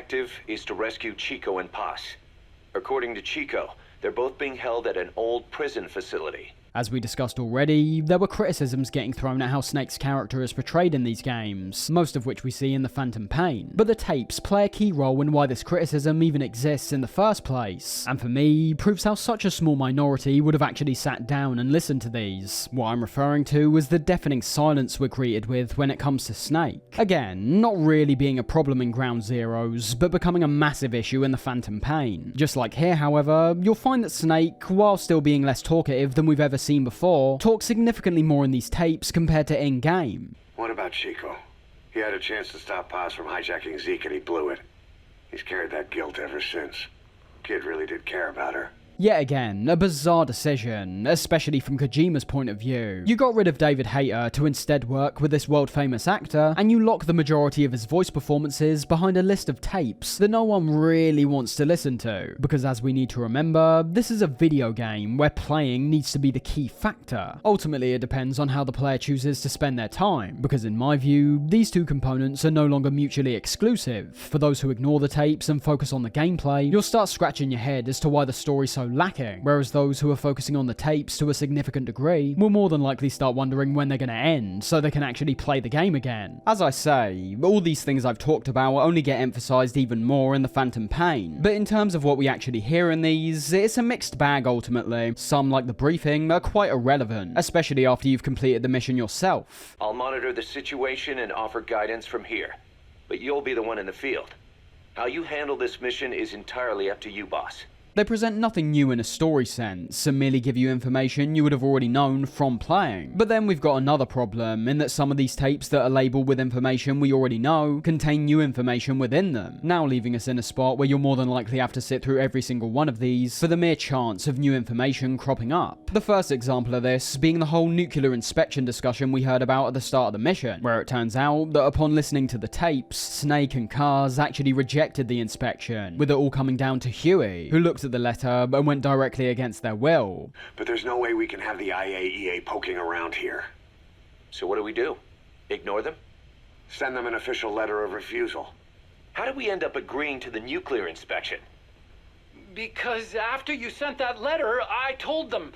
After careful reconsideration, we agree to your request. The writing and voice performances are still stellar, as you could assume, with the manner in which Snake and Kaz conduct themselves seeming very shady at this point, trying to find workarounds to cover up for equipment they realistically shouldn't have. And on that same note, Huey now ends up being a prime suspect when it comes to the eventual invasion of Mother Base. We wouldn't have known any of these things if it wasn't for the tapes. These are all details that develop the narrative and the characters. Very important things when it comes to creating a satisfying story. And I find it so disappointing that all this stuff is locked away here, because if we're being honest with ourselves, whether you think a small or large amount of people listen to all these, I don't believe that number's even close to those who experienced the stories in the past. Yeah, there may have been players who skipped the cutscenes and codec calls, but they were at least put right in the player's face to experience. Now, you'll just have so many players, I'd argue the majority, looking at this long list of audio logs and thinking, nah, I don't want to listen to them, I just want to play the game. That's definitely what I did whenever I played these games in the past, and I think that's a totally rational mentality. But staying with what's featured in these, we obviously saw how the inspection came to be, due to Huey going against Snake and Kaz. Their reaction admittedly being a bit more tame than we'd expect. 2 major Western networks want to do stories on us. I planned on saying yes. What? You want to broadcast this place to the world? That's why I agreed to the inspection. We hear their reaction to Chico vanishing, and also some more information on Camp Omega. None of this stuff really mattering all that much, considering again, we already know what happens. There's also a long list of Paz's spy logs, the while giving some true insight as to how Paz was feeling throughout the course of Peace Walker, still serves the main function of giving players a recap in regards to what happened in that previous game. Essentially everything we're told in these tapes we'll already know if we played Peace Walker prior to this. Surely having many players like myself once again feeling burned by sitting and listening to all these tapes, only to come away with hardly any new information. This is basically the same when it comes to our diary tapes that return from Peace Walker, with all of these not developing the story, but giving us another insight into how Paz perceived the actions of characters like Snake and Kaz. Where things start getting genuinely interesting, however, is when it comes to Chico's tapes. But as to not get bogged down in these for too long, let's first take a look at what we have to do to acquire these tapes in the first place, taking us to the several different missions that unlock after the Ground Zeroes mission is complete. Some of the objectives being better than others, but all of which giving us yet another opportunity to jump back into Camp Omega and approach your missions in varying ways, which, as you could guess from my high praise of this place, is still a massive positive in allowing players to take full advantage of the brilliant environment and mechanics. These can be played in any order you want, with the only exceptions being the 2 special missions that require you to go back into Ground Zeroes and collect the 9 XOF patches we saw Skullface drop in the opening cutscene. The hunt for these, in my opinion, being a tad too obscure for the majority of players to find on their own, more than likely having to resort to a guide online for assistance. But that doesn't matter whatsoever, as I actually really enjoy the idea of locating all these patches around the camp. Once again, we're witnessing an objective that's taking full advantage of the environment, and perhaps leading players to areas they might have never gone to otherwise. Not to mention as well, while the vast majority of these patches are just lying around, there's also some great moments of creativity we see in these. The best example, of course, being the one that's located on Snake himself, in which you need to use the rolling mechanic to dislodge it from your back, where you can then pick it up. Again, on the surface, these are essentially collectibles that we've seen in tons of games before, but the treasure hunt all round is far more enticing, considering the places these take us, on top of what we actually get as a reward. All our time searching doesn't just lead to an achievement saying well done. We get 2 brand new missions, and 2 that I'd argue are the best out of all the extra missions we have here. But coming back to these other missions, I think we've got a situation of hit and miss when it comes to how they are as a whole, and I'd argue that mainly comes down to how some of these appear to be bursting with personality and fun unique moments, and others are fairly bland. One thing I noticed when looking at all of these is how they're very much feeding into the tech demo feel of Ground Zeroes overall. You might already assume this is the case, judging from the objectives, and that is still true. Whereas Ground Zeroes was a straight up rescue mission, you've now got objectives like finding and eliminating certain threats, planting and detonating explosives on several different targets. Nothing groundbreaking from a mission point of view, but it still livens up the experience without a doubt. Something you'll also witness when looking at all these missions are the different times of day we enter from. Some, like the anti-air mission, appearing to take place in the middle of the day, others, like the classified intel mission, taking place while the sun's setting, and some also taking place at night once again. This clearly being another experiment, testing the player in regards to the enemy's different attributes when it comes to these different times of day, whereas you could assume you're considerably easier to spot in the daytime. But also with how we eventually see the very first day-night cycle implemented in the Phantom Pain, I think these different conditions were also thrown in to see how good they looked, and how well they worked when taking into account the gameplay changes the time of day can bring. Of course, they could have tested this internally without featuring them in these missions, but if they work, why not? It only adds more variety to the gameplay, and it doesn't really need to be said how good all these different weather effects look. And due to the enemy's sight lines improving quite dramatically during the daytime, in my opinion, the times of day without a doubt make you approach your objectives with a lot more caution, and perhaps in a completely different manner than you normally would. Again, we don't really get the full effect in this game, due to the day-night cycle not actually being featured, but it does more than enough to showcase how a transition from night to day during an objective could significantly alter your plan of action. Now, as I was saying, the missions themselves aren't particularly anything to write home about. Whether you're planting bombs or taking out certain guards, we are basically experiencing what are essentially the side ops from Peace Walker, missions that have been put in to give more bulk to the experience, and give players a reason to spend more time playing, something that's especially important considering how short Ground Zeroes already is. But there's 3 missions in particular that end up standing out from all the others, and those are the Operative Rescue, Deja Vu, and Jamais Vu missions, the first of which being unlocked with all the others, and being an action-packed blast from start to finish. We stay in the helicopter for the majority of this one, only getting out once to rescue the operative, but across the course of this one, we get something akin to the bike chases we saw in MGS 3 and 4, being brought through a set route and having to deal with particular set pieces and enemies that remain the same every time we launch the mission up. Now, is it mainly mindless shooting? Yes. But is it fun? Damn right it is. With scenarios like this, what's more important are the opportunities that are set up along the way, and the manner in which we're able to deal with them. So starting us off with an assault rifle that has infinite ammo and can even shoot out grenades, already great. But as there's many vehicles we have to take out along the way, spotlights that get shone from watchtowers, and even other helicopters that come after us by the end, the sheer chaos and destruction is off the charts. Those watchtowers I mentioned crumble to the ground with one well-placed grenade, vehicles explode and burst into flames, and the whole set piece at the end where you and the enemy chopper circle around the satellite tower looks phenomenal. And who could forget the man we're actually rescuing? What took you so long? Goofy as hell, but amazing nonetheless. The other 2 missions are by far the most unique, with Deja Vu being a nostalgia-filled throwback, as we can see right from the very start.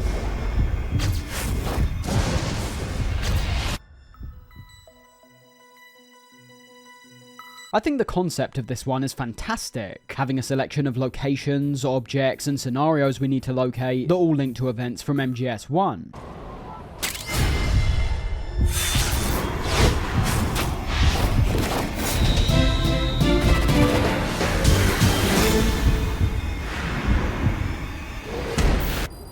This brings back some memories. I love how the atmosphere of Shadow Moses gets faithfully recreated in the subtlest of ways, with a filter being placed on screen that makes everything look noticeably more blue, emulating the freezing conditions we experienced back then. And as you can hear from the soundtrack, we've also got the return of the distinct howling wolves that we hear during several moments of MGS1. And in terms of music, the remix we hear of some familiar MGS1 tracks as we sneak our way forward, or the game over theme whenever discovering one of these key points of interest, it all feels very nostalgic obviously, and from a fan's point of view, you can't help but revel in seeing all this stuff return.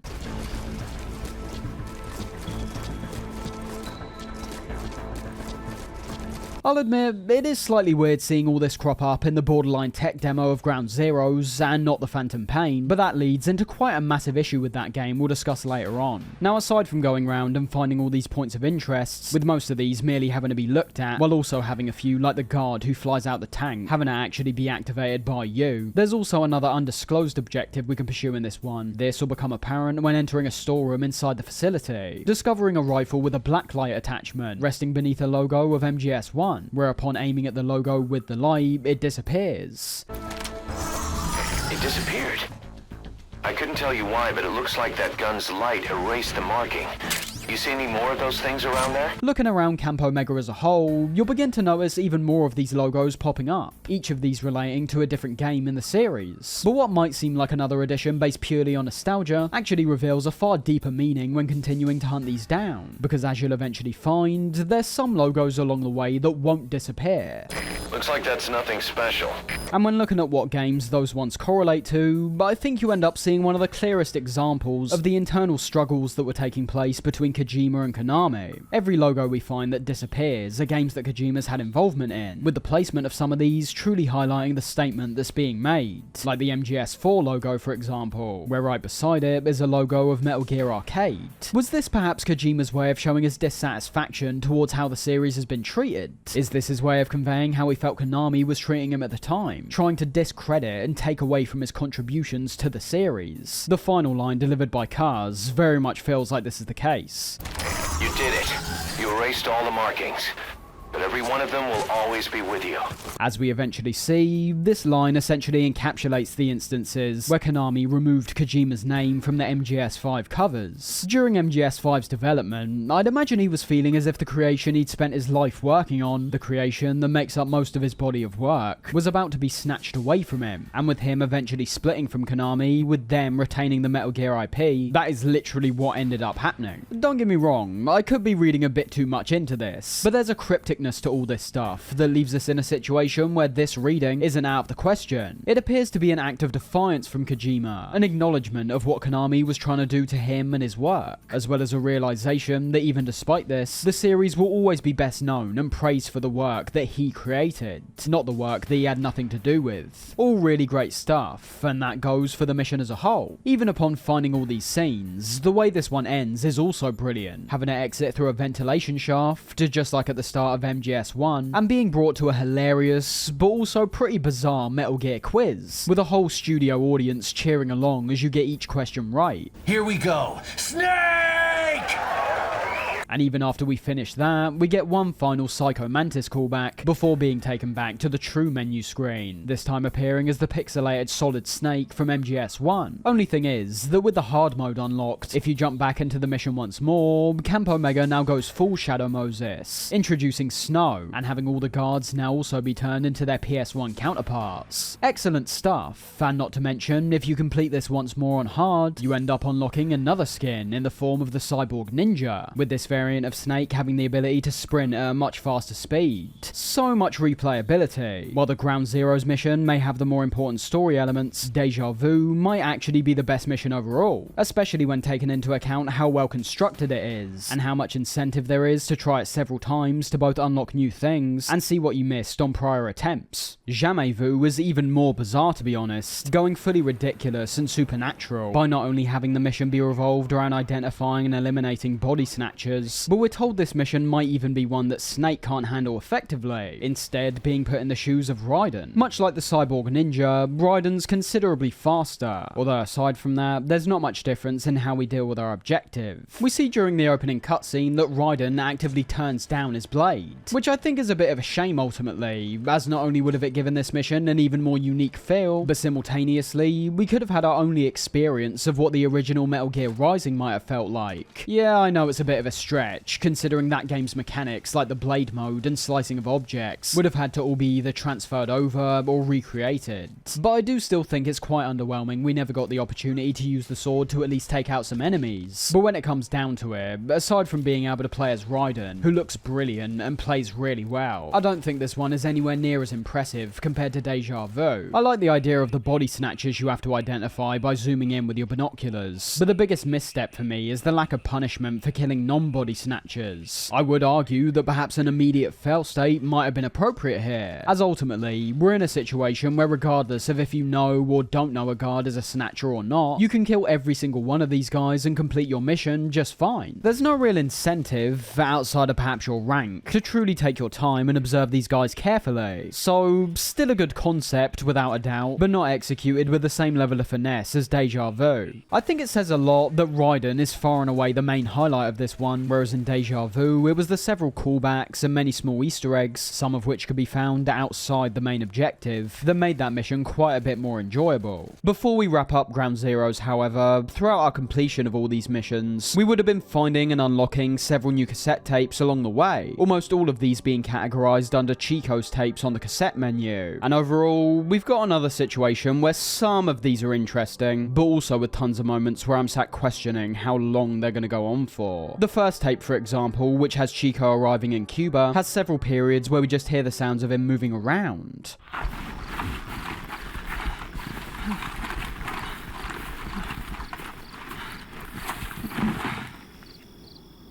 I mean, it builds an atmosphere, I guess. But again, realistically, I want to be playing the game. So if you're making me spend time sat on the main menu to listen to the narrative, I am wanting it to be fairly snappy and to the point. Across the course of all these tapes, we hear what happened to Paz and Chico on the run up to us rescuing them, starting off with Chico getting captured, hearing several instances where Paz gets tortured and beaten up, and also some interactions with Skullface.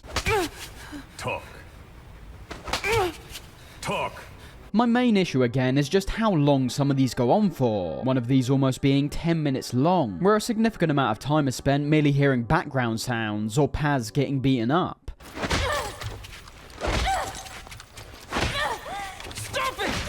There is a certain level of intrigue when it comes to these things. The interrogation particularly reminds me of the moment in MGS3, where Sokolov gets killed while Snake's blindfolded. The fact we aren't seeing what's happening leaves a greater opportunity for something even more twisted to form in our minds. However, aside from the length and content that I do feel remains somewhat overblown, and not all that necessary to hear, what we listen to throughout these tapes amazingly holds some of Kojima's darkest story beats I think we've ever seen. The main one coming from that 10-minute interrogation tape I mentioned, where without going into too much detail, we hear some pretty intense and realistic torture methods being employed, where Chico at one point is forced to engage in them by Skullface. Watch out when you grow up, boy. This is the kind of woman you'll want to avoid. Of course, scars like those make it rather difficult to lead a normal life. I won't go any further due to the graphic nature of the events, but I was initially taken aback when listening to all this stuff, once again because of how uncharacteristic it is of the Metal Gear series. These are genuinely uncomfortable and horrible things we're made to listen to, and taking into account the ages and prior relationship of Paz and Chico, it makes everything even worse. Do I find it to be a bit over the top? Kind of. I am pretty surprised more wasn't made of this when the game came out, considering how extreme these events actually are. Maybe it's because we don't see any of this stuff for ourselves, or like I say, not a whole lot of people even listen to these tapes in the first place. But at the same time, as Skullface is also a prominent figure in these, it does make us despise him even more as a villain, which I feel perhaps might be the reason why there's such an extreme and realistic angle placed on these moments. Skullface is essentially the main antagonist of MGS5. Something realistically had to be done to set him up as an actual villain who's worth hating. The opening cutscene just wasn't good enough. That felt more like a mere introduction, whereas these tapes give a genuine taste of the evil deeds he's engaging in. In some ways, I applaud what Kojima does with Chico's tapes. Regardless of how horrible the topics are that he's touching on, I do feel he's trying to push some boundaries when it comes to the horrors of war, as he's attempted in the past as well. I don't think these horrors have ever truly been shown off in the Metal Gear series as well as here in my opinion. The audio design design is on point, making you really feel every whack and hit inflicted on Paz. And as I said, there's enough of an image created to where your mind can really start wandering to some incredibly twisted places when attempting to visualize what we're hearing. That's why it's all the more frustrating that these things are locked solely behind these tapes. Whether you feel comfortable with them or not, I feel these events without a doubt should have been conveyed to the player in a better manner than this. Who knows, maybe Kojima wanted to and wasn't allowed. Let's just say that if he were to have put this stuff into the game in the form of a cutscene, for example, I imagine the reaction from players could have been a lot more impactful, with people on one side claiming how the inclusion is bold and realistic, and another who claims it's far too extreme and inappropriate. And as you can likely hear from my views on it, I even find the audio tapes to be quite a bold move in themselves. It's clear that Kojima's going for an even more realistic view on war this time, and for those who know the extent of certain torture techniques that are carried out in real life, many would claim this is merely scratching the surface. So in summary, there's nothing mind-blowing from a narrative perspective, but in terms of setting a tone and an atmosphere for MGS5, as well as also making Skullface a villain to really hate, I think they work more than effectively. Just cut down on some of the drawn-out moments of silence and background noise, and I think more people would hop on board and engage with these. That level of space which is given can oftentimes work really well in film and TV, but that's mainly because you've got the visual component as well. If you've got a character sat in silence, you'll likely start observing their surroundings, or perhaps the emotion conveyed on their face, more closely. When you're working solely with audio, there's a lot less to go off, so you're more waiting for something to happen, compared to bathing in any kind of atmosphere.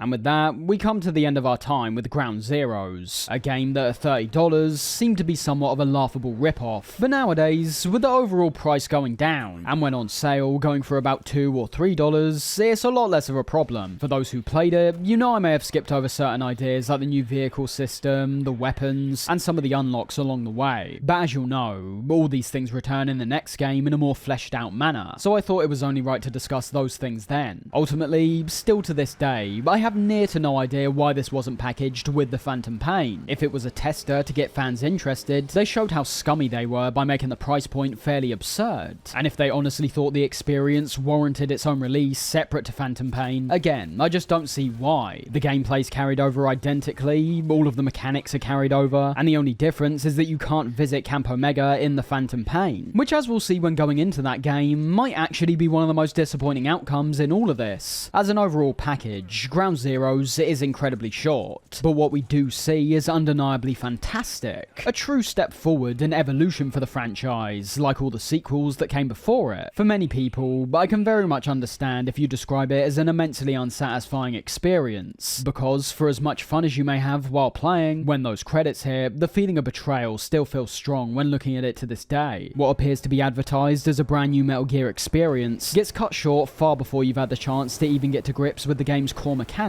I will say, however, there's certain things we should keep strongly in our minds when heading over to the Phantom Pain, because as you'll see, they end up surmounting and backing up an opinion that, while not shared by many, I personally think is true. Things like the game's atmosphere, the subjects that are being tackled in the story and cassette tapes, Snake himself and how he behaves, and even how Camp Omega's been designed. Keep all these things in mind, because as we journey on to the Phantom Pain, I think a distinct contrast starts to be presented, and one that I think simultaneously shows a strong sense of ambition, but a noticeable lack of direction on top of that. And jumping straight into the Phantom Pain, launching up the game for the very first time, we're not greeted with our usual menu screen or opening cutscene. Instead, we're given a selection of options to configure, like our brightness, and some terms of... Some terms of agreements as well. Virtual currency terms of use. What is this? Well, we'll talk about all that stuff later on, but for now, we agree or disagree to these terms, and are then brought to the opening cutscene. Now, although I can't say this one even remotely stacks up to the bombasticness of an intro like MGS2's, there is admittedly quite a bit of intrigue introduced right away, hearing the sounds of what seems to be a helicopter crashing, and throwing up a quote on screen relating to the importance of language when it comes to identifying a person's true homeland. A quote that in itself you could inherently disagree with, due to other important factors like a person's race and ethnic backgrounds. But in this context, it's one that works more as foreshadowing for one of the key plot points we see see later on. I do love the presentation of what we see in these moments, being brought into what appears to be some kind of weapons storeroom, with the sounds of gunfire and explosions ringing out in the distance. Despite one of the shields on the ground having a Diamond Dogs logo on it, we've actually found ourselves in the notorious Outer Heaven, an environment that, as we're told, was cultivated to wage wars that purposely have no endpoint. Winning is merely a momentary accomplishment. You can win a battle, but the war will always be fought. Although we could already assume this is Snake's room, judging by all the weapons, the blood in the sink, and also what appears to be some kind of electronic cigar, all these things are still left very much up in the air. It's a mysterious and stark opening, and that only continues upon having our attention turned towards a cassette tape. The label on the top saying, "From the Man Who Sold the World," obviously being in reference to the David Bowie song of the same name. But as there's now a "from" in front of the title, it's implied that this appears to almost be a gift from someone who perceives themselves as the man talked about in the song. After this, we end up hearing the song itself, coming in the form of a cover from artist Midger. And obviously, I can't play it here due to copyright reasons. It's interesting that Kojima decides to go with a cover, despite it being well known that he's a huge David Bowie fan. Maybe he just couldn't attain the rights. Or maybe it has something more to do with how MGS5 and this version of the song were both released and take place in the 80s. Or perhaps Kojima just likes this version better,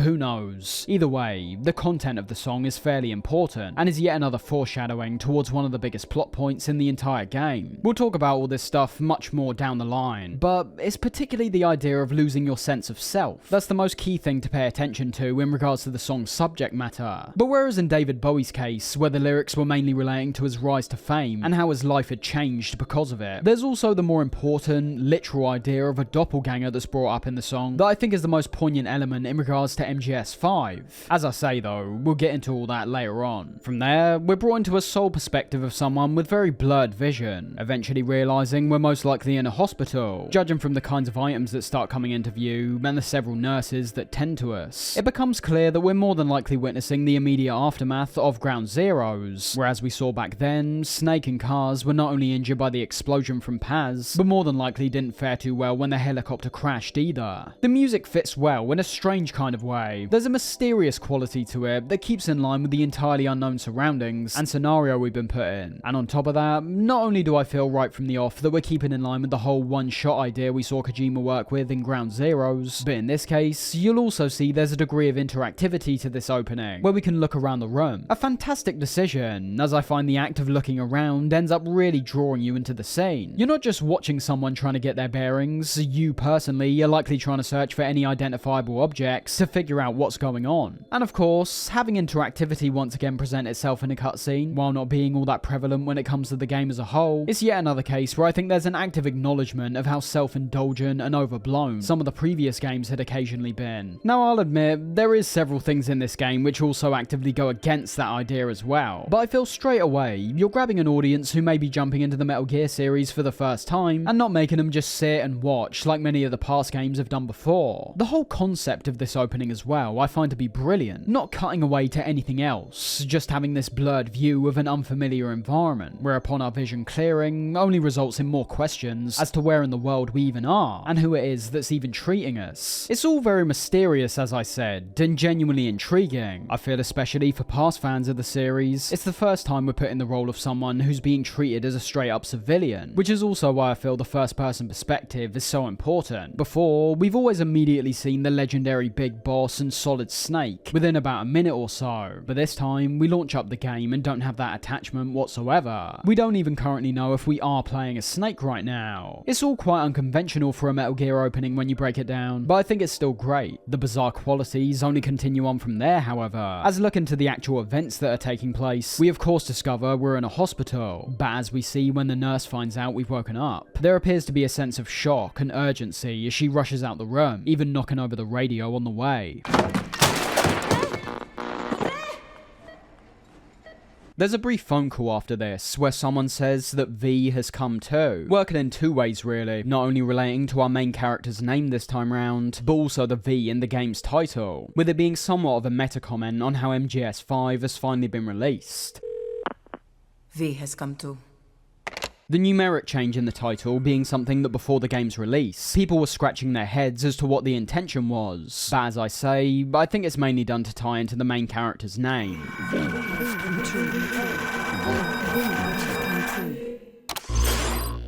V has come to. From the many overlapping voices and electronical mechanical sounds we hear, we can immediately gather that not only is our awakening a very important matter, but equally, it's also an indication this information has quickly been relayed to many different parties, with the most dangerous of which obviously being Cypher, who'll definitely be wanting to know the whereabouts of Snake after the events of Ground Zeroes. One small thing I want to say right now about this title screen is that, as you would know if you played this game, this is the one and only time we're allowed to see it throughout the game's duration, and while not being as functional as the other one we see, I think the look of it is absolutely fantastic, and I wish we could have perhaps been able to switch back to it at some point. It's not a massive deal, of course, just something I always pick out when coming back to MGS5, considering how often we see the other title screen. Something else to keep in mind is the clear reference to the boss on this screen as well, with the many flower petals that float around the room, which are near identical in appearance to the ones we saw in MGS3, and although the intention is definitely there, I'm not sure what it actually means. I don't know why our attention is being drawn back to the boss, considering I can't see any real relevance to our character in this situation. Starting the game for real this time, we're greeted by a doctor, as it's also revealed this game is more than likely working on a similar kind of act structure to what we saw in MGS4, the prologue appropriately being titled Awakening. Ακούς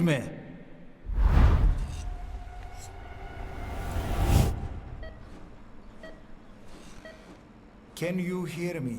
The doctor's questions begin as your typical look up and down to identify whether you prefer inverted controls, but after that, we get a moment that's equally, if not even more bizarre than something we saw in MGS2, that being the fact we're made to give ourselves a name and input our date of birth. Back in the plan, while the whole entering our name thing was quite strange to begin with, I'd argue that in terms of the period the game was released, and the eventual sense of madness that descends upon all aspects of the experience, it wasn't as much of a shock in my view. When you think about it, naming your character is something that I'd say was far more popular when looking at games from the past compared to now. Now naming your character is usually reserved for games like Dark Souls or Dragon Age, where you create your own character and customize them before the game even gets going. Although a game like Earthbound always has you playing as Ness, you can name him whatever you want. Translating that to now, it's like if The Last of Us let you name Joel anything you wanted. I feel it's just something that's gone more out of fashion for certain experiences. As we'll come to find, however, it's not purely the fact that we are still in the boots of Snake. It's also the total lack of impact this has and the manner in which these choices are conveyed. Thinking about it, it is basically the exact same thing as MGS2. We input our name and birthday, and at the time, nothing comes from it whatsoever. So while it may seem like a strange choice to begin with, it's also one that we have to give a chance to play out, because in the case of MGS2, the name concept did ultimately lead to quite a powerful message by the end. From this point, we're informed of several different things from the Doctor, all of which he tells us to relax and not panic about, and all of which we start freaking out and panicking about. First, we're told we haven't just woken up from a temporary injury, but in fact, that we're actually in a coma for the past 9 years. You've been in a coma for quite some time. Yes, I know. You would like to know how long. I'm afraid it's been 9 years. Damn it! Being sedated and waking up once again, we're then told about the large amount of shrapnel that's now been lodged into our body, the worst of which being the large piece that's now stuck in our head, with the doctors being unable to remove it due to the high chance of a brain hemorrhage occurring. 9 years ago, you were injured in an explosion. Upon examination, we discovered 108 foreign bodies embedded within you. The X-ray images work fantastically in this moment to gradually reveal the extent of Snake's injuries, the final one having the biggest shock when it's shown that our left arm has been amputated, something which is confirmed when Snake looks down himself. Be brave.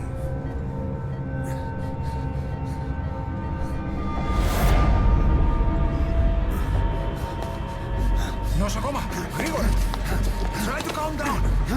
All of this working really well to create an even greater sense of intrigue. We obviously know that all of this has taken place prior to the events of Metal Gear 1, but from all the illustrations, descriptions, and even an up-close meeting with Big Boss in MGS4, we've never heard or seen anything close to the injuries he sustained here. No horn-like shrapnel and no amputated arm. In MGS4, we're told that his body is made up of several different parts, basically being stitched together, but that's not only set way in the future, but his head is still the same, with no shrapnel in it whatsoever. So immediately, we're either seeing a straight up retcon, which, let's be honest, isn't a far out concept for the series at this point, but more than likely, this actually means something a whole lot deeper, with me especially liking how we're shown all these things and are given near to no clarity on them for a very long time. Mystery is given a great degree of importance, and serves as a brilliant plot device in this game specifically when taken into account the contradictions we're witnessing. Snake shouldn't have lost his arm, and shouldn't be this torn up, yet he is. So you're getting players to question straight away why this is all happening, and how it fits in the series chronology. Waking up after being sedated again, the Doctor now seems to be in a real state of panic. It doesn't seem like he was expecting Snake to wake up, and judging by his demeanour, it wouldn't seem like he would have wanted him to wake up either.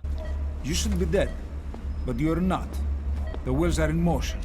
Your enemies are everywhere. We must alter your appearance immediately. Adding to all the strange events we've experienced up to this point, the Doctor says we need to change our appearance so that we at least have a chance of escaping the seemingly impending danger that's heading our way. And he's in no way lying, as despite being shown a reflection of a man who, while being slightly thinner, is most definitely still Snake, we get brought to a character creator screen. Now again, this is just bizarre. Outside of camos, there's never been any kind of character customization with these games, and keep in mind that in this case, it's not optional. There's no choice between playing as our own character or playing as Snake. We're forced to create our own avatar. Looking at the character customization itself, it's about what you'd expect really. Nothing too complex, unlike other games with this feature, but a select number of presets we can choose from initially that can then have their individual features customized a bit further. All the presets are fine, facially, probably a bit too similar across the board, but I'll be honest, I think most fans will more than likely be a bit too confused to really care all that much. All the separate features like your eyes, hair and mouth all have presets too. Ones like your hair being particularly underwhelming, due to the fact we only have 4 hairstyles that are so similar to each other there's barely any difference. You've got a shaved with a bit more hair, and then 2 different variants of short hair. So yeah, far from impressive. Nothing really looks bad, but in terms of customization, there's games released well before this that are infinitely more impressive. And when it comes to everything else, admittedly, there is a greater degree of customization, having both the presets, but also individual sliders beneath them to customize these features with even more detail. Well, I assume that's the point, because ultimately, with there only being a range of -5 to 5, with not that much difference between each number, there's once again such an underwhelming restrictiveness that can be felt. It makes everything seem rather pointless, which is really disappointing, considering this is the first time we're experiencing something like this in the series. You've barely got any hair options, which I personally think is the most important part, and facially, there's an equal lack of variation. There's a reason why games like Saints Row are praised highly for their customization, because the level of freedom they give you is immense. There's a reason their sliders range from 0 to 100, as in that case, the opportunity to create significant differences between each avatar is actually possible. Not only are the ranges in MGS5 too restrictive to begin with, but the insubstantial difference they make isn't merely because they've limited the range. The 10 value jump from -5 to 5 is essentially the same as jumping up 10 values in Saints Row, aka hardly any difference. Some people will say it's not that big of a deal, and I agree. I don't think this rather lacking aspect of the game drags down the experience at all, but upon reflection and further analysis, the rather disappointing nature of it when you break it down makes me question why the customization was even here to begin with. It might be a bit of fun I suppose, but as an actual feature, it's so bare bones to where it does feel kinda pointless. For those who are familiar with this game, you might allude to the online component, but in that case, have us customize our character when we get to that part of the game then, not in the opening, as what we're left with in this moment is an incredibly confusing jump to a customization screen where ultimately the initial presets are the main determining factor as to what you'll look like. Interestingly, when coming back to the mirror, our appearance has actually changed. So initially, another massive curveball gets thrown out here, and one that I think many fans wouldn't have been happy with if things truly played out in this fashion. The sole first-person perspective continues to work really effectively upon seeing an assassin that enters the room, taking out the nurse from behind, with us still being unable to properly communicate and warn the Doctor. The ominous drone that continues in the background builds the intensity really well, and the assassin herself has a real intimidation factor, not only from how she brutally took out the nurse with ease, but also from her actions after she killed the nurse. We're able to see there's no sense of emotion to the assassin whatsoever. From her movements and mannerisms, she simply appears to be a cold-hearted killer. During this, however, we're shown a couple pictures of Big Boss and cars, before having the mirror put back in our face once once again, where as we can see, our appearance is now returned to Snake's. Unlike all the other moments of intrigue so far, I'd argue this might be the only one that's somewhat awkward and genuinely confusing. It does make sense in terms of the story, as we'll eventually see, but for those who are playing for the first time, I imagine there might even be some who feel annoyed by this. Remember, we've just spent some time customizing our own character, and have just seen them in the reflection as well. Being shown that we are in fact going to keep playing as Snake now makes the character we've just created seem kinda pointless. This is all intentional of course, but I don't know. I've always personally found the several changes in appearance somewhat awkward, even when already knowing where all this stuff leads. The action set piece we see play out from this point sets another precedent as to how the majority of action scenes will play out this time round, that being a step away from the over-the-top choreography with robots, humans and machines flying through the air constantly, but instead a far more grounded, realistic and once again rather disturbing view of these events. This applies particularly to the Doctor's death of course, witnessing his strangulation in graphic detail, with the wire the assassin uses slicing into his neck, and watching him helplessly writhe around when trying to escape. Real brutal stuff, but this is fantastic in terms of the intimidation factor I was talking about. We've just woken up from a 9-year coma and have essentially none of the faculties we usually have. We can hardly speak, we can't walk, and we most definitely can't fight. So showcasing the abilities of this assassin before then having her attention turned towards us gives a real sense of fear that I think works really well.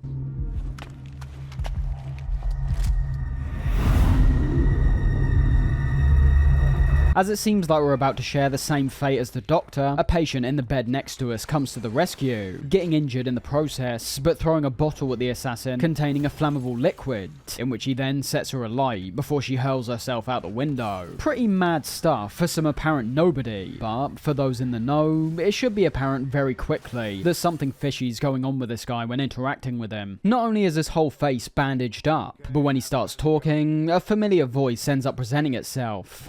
What happened to the woman? The woman? We gave her a light. She took the short way down. Yep, there's no attempt to conceal this part of his character. Kiefer Sutherland is voicing this guy as well. This oddity being thrown right in the player's face, not solely from the voice itself, but also with how we literally hear Sutherland's voice again when talking with the guy. Who are you? Who am I? You're talking to yourself.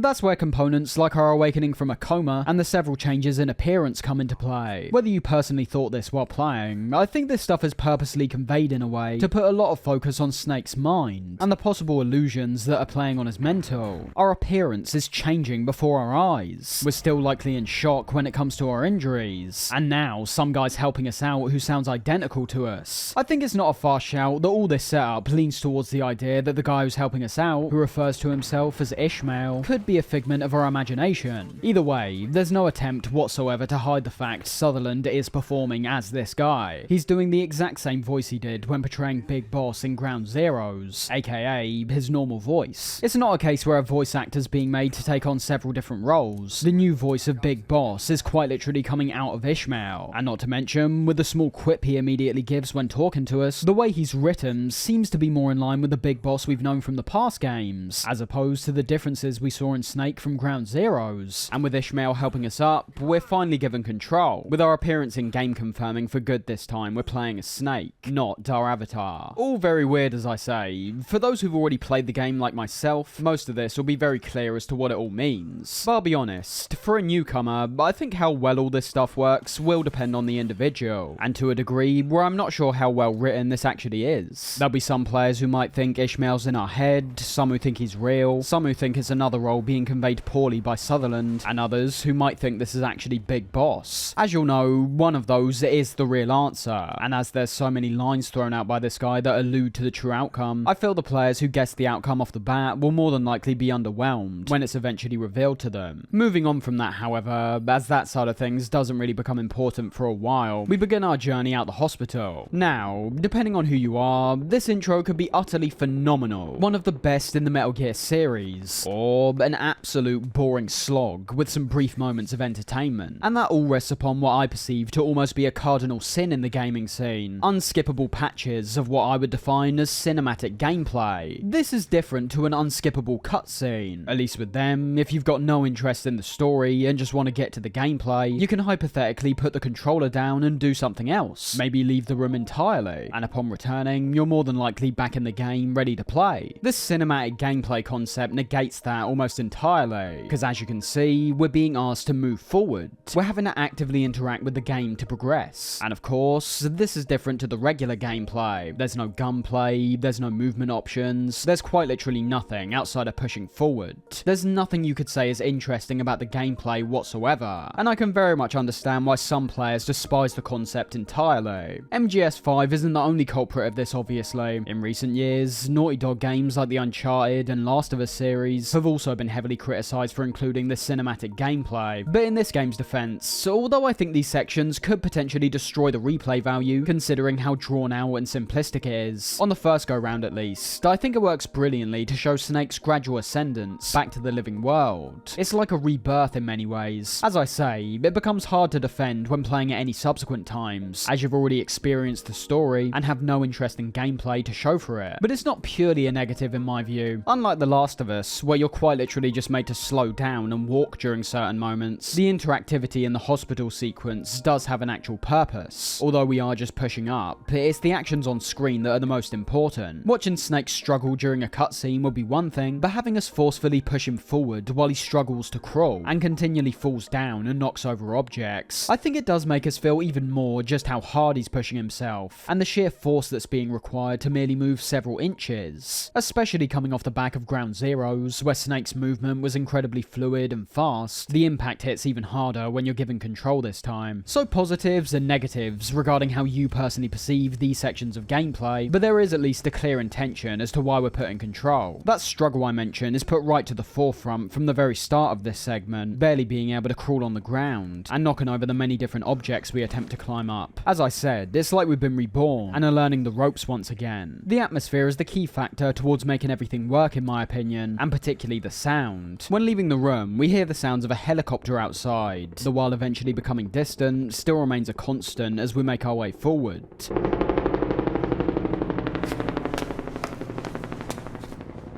Let's take the stairs. With there being a contrast that's presented from this, when it comes to the awareness that something is most definitely happening outside, being paired up with the deafening silence when it comes to where we found ourselves. Ominous is the word that yet again springs to mind. There's a constant feeling that we're always on the brink of something going dreadfully wrong, with the immensely slow speed we're moving at only amplifying that feeling of anxiety even further. As we make our way towards the elevator, it's important to look at Snake's movement. His crawl, where he was basically dragging himself across the floor, now turning into a stance more akin to our regular prone position, where he's instead using his forearms to move himself forward. A very slight difference, but one that shows the progress that we're already making. Not long after this though, we get another pretty massive reveal, being ambushed by what first appears to be Psycho Mantis, and then a man covered in flames who comes out the elevator.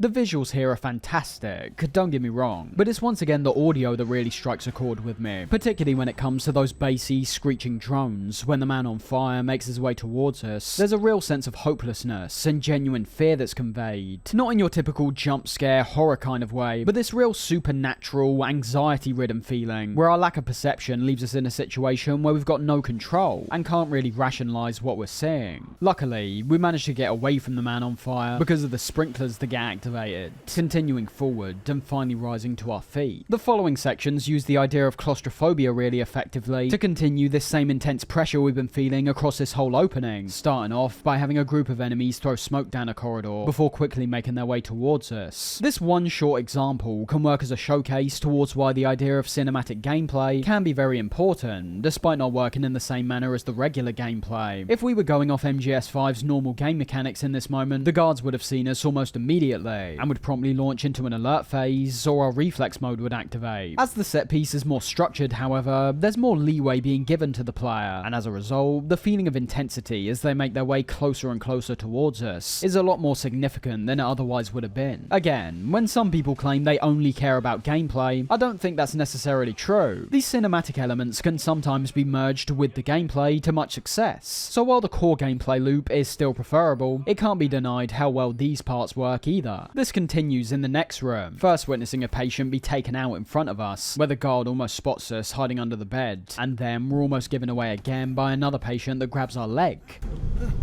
Help me! I don't want to die!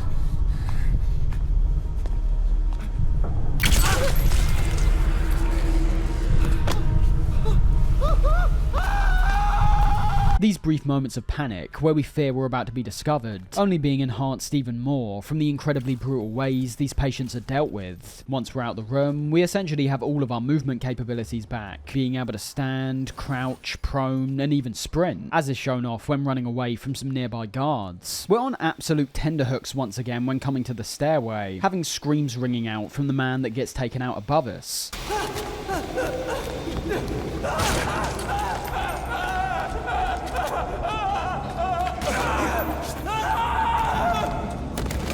And with the reveal that guards are coming from the bottom of the stairs as well, we've got nowhere left to go except going down a path with many patients and nurses standing in it. This is where everything culminates, getting trapped from all angles and running right into the enemy forces, who, as you could assume, open fire immediately.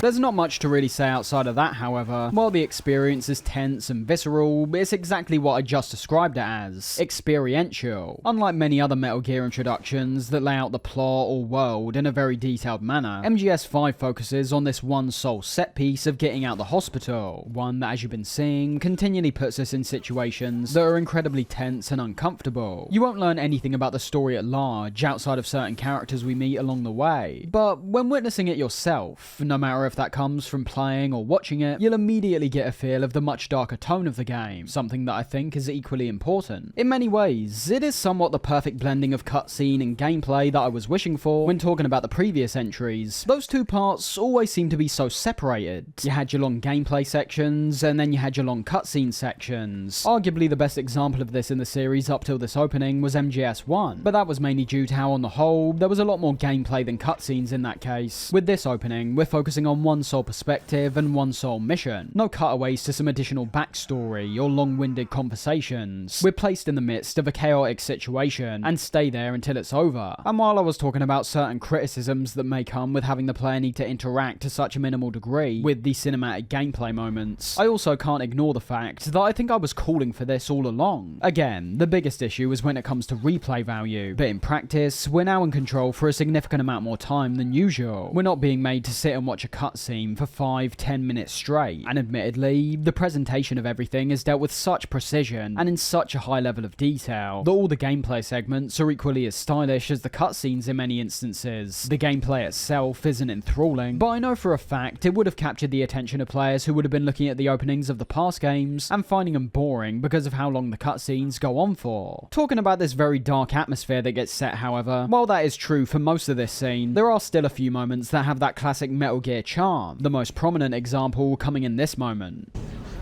You hear them coming? And on top of that, when hiding amongst the bodies, we pan over to Ishmael, who initially seems to be peeing out of fear, just like Otacon and EE before him.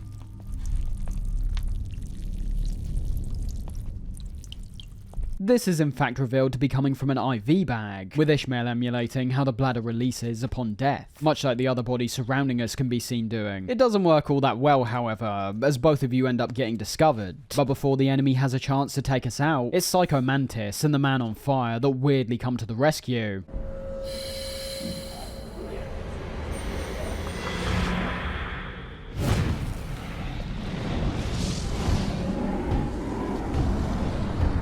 A strange moment most definitely, and one that I'm not too sure how to perceive. As from how it's conveyed, I do get the feeling that Mantis was more than likely watching us, and diverted the enemy's attention away purely so we stayed alive. Something else to know is how these two are now starting to feel like an inseparable pair, as opposed to two individuals, because as you would have noticed, not only do they both show up at the exact same times, but Mantis also continually has fire blazing on the arms of his straitjacket. There seems to be a connection between the two, with Mantis perhaps being in control of the Man on Fire. Either way, the Man on Fire proves himself to be the powerhouse of the two, with it appearing that not only has he got the ability to produce a blaze of flames, but it's also shown here that bullets, rockets, and any other kinds of weaponry are entirely useless against him, and in fact, only make him even stronger, with this being shown off when he shoots the flaming bullets back out of his body to wipe out the guards, or when he takes in a helicopter's missiles and shoots a fireball back at them.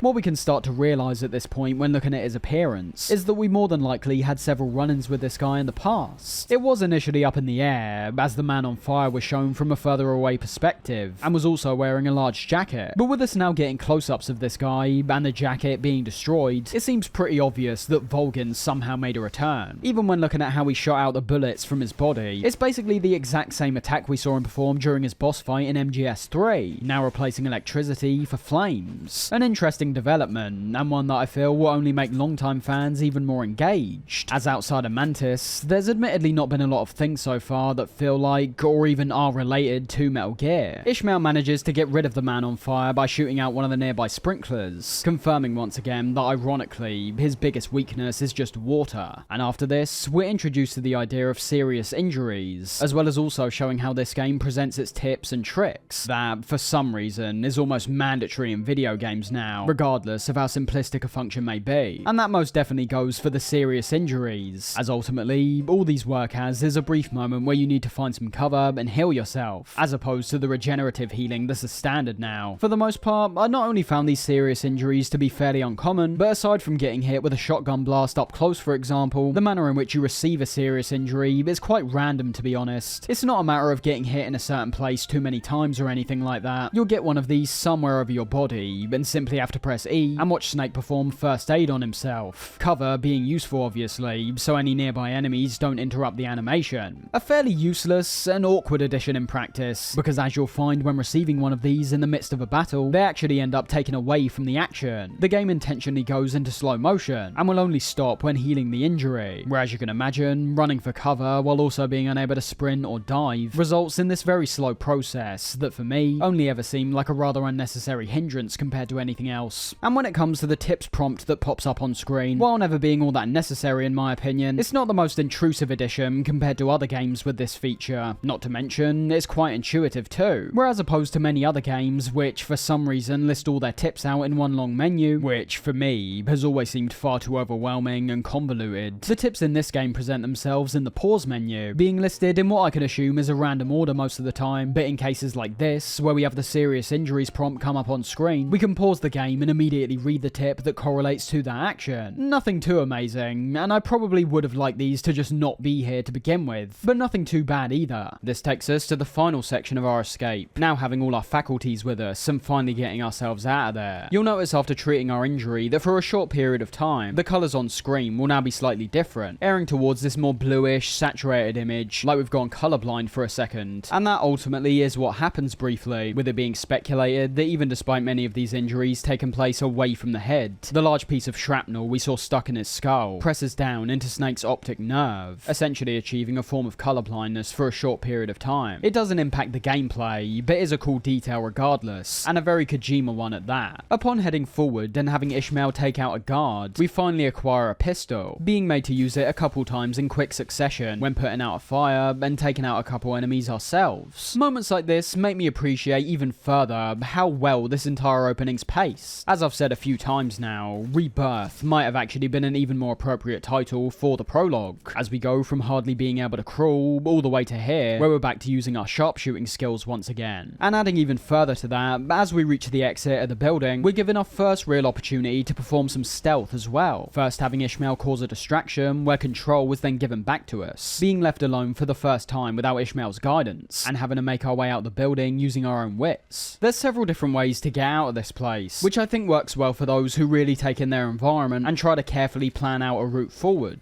However, the easiest of which is without a doubt right beside your starting position, where we can drop down and crawl to the exit without many issues. While it may be an incredibly short stealth section, it works well enough to introduce newer players to the concept and importance of staying hidden. And bear in mind as well, while there's nothing impressive whatsoever about how the levels actually been designed, you'll eventually find that this, and most of the areas we've been through so far, function entirely differently to the vast majority of areas elsewhere in the game. The main reason for this being the linearity of everything. Not only are we going from A to B to C without any alternative routes along the way, but even when it comes to this final part where we're given a short area with a few different paths to the exit, it's still an enclosed linear space we traverse through. Just something to keep in mind when looking at the game as a whole. As we're almost out of there, wouldn't you know, the Man on Fire and Mantis make a return, blocking the entrance temporarily and leading to another great action set piece between them and the soldiers. The ease in which the Man on Fire wipes these guys out being terrifying, and even getting pretty creative moments like when Mantis fires up the blades of the crashed helicopter and slices the entire group to pieces. Visually stunning, just like everything we've seen so far, but due to the handheld stylistic choice once again, it still manages to keep this gritty, realistic angle, despite how outlandish and unrealistic what we're seeing is. We do end up getting spotted by the Man on Fire when escaping, but luckily we get rescued by Ishmael, who's managed to find an ambulance. And while it seems like we may have finally escaped, that feeling's very short-lived, as the Man on Fire seems to be entirely aware of our location, as he hurls one of the several fire trucks that were heading right past us, directly at us from a huge distance away. The out-of-control, panicked feeling arguably reaches its peak at this point. I love the single shot we get of the road ahead of us, and the several pans to both Snake and Ishmael's reaction to the sheer madness playing out around them. The near misses and collisions we have in the ambulance essentially sums up the feeling of the whole scene. It constantly feels like we're seconds away from everything falling apart. And I mean, some of the visuals we get are phenomenal, like the moment where the camera pans back near the Man on Fire's location and we see the whole area lit up with smoke barreling out in all directions. Or how about the enemy helicopter that ends up ambushing us from the front? The amount of tension that's conveyed here is off the charts. There's no moments of reprieve whatsoever. There always seems to be something going on, and those things never seem to work in our favour. I'm sure you've been able to see by this point that there's a good reason why MGS5's opening gets so much praise. On reflection, I think it might be one of the most well-constructed, high-stakes, and gripping set pieces Kojima's ever created.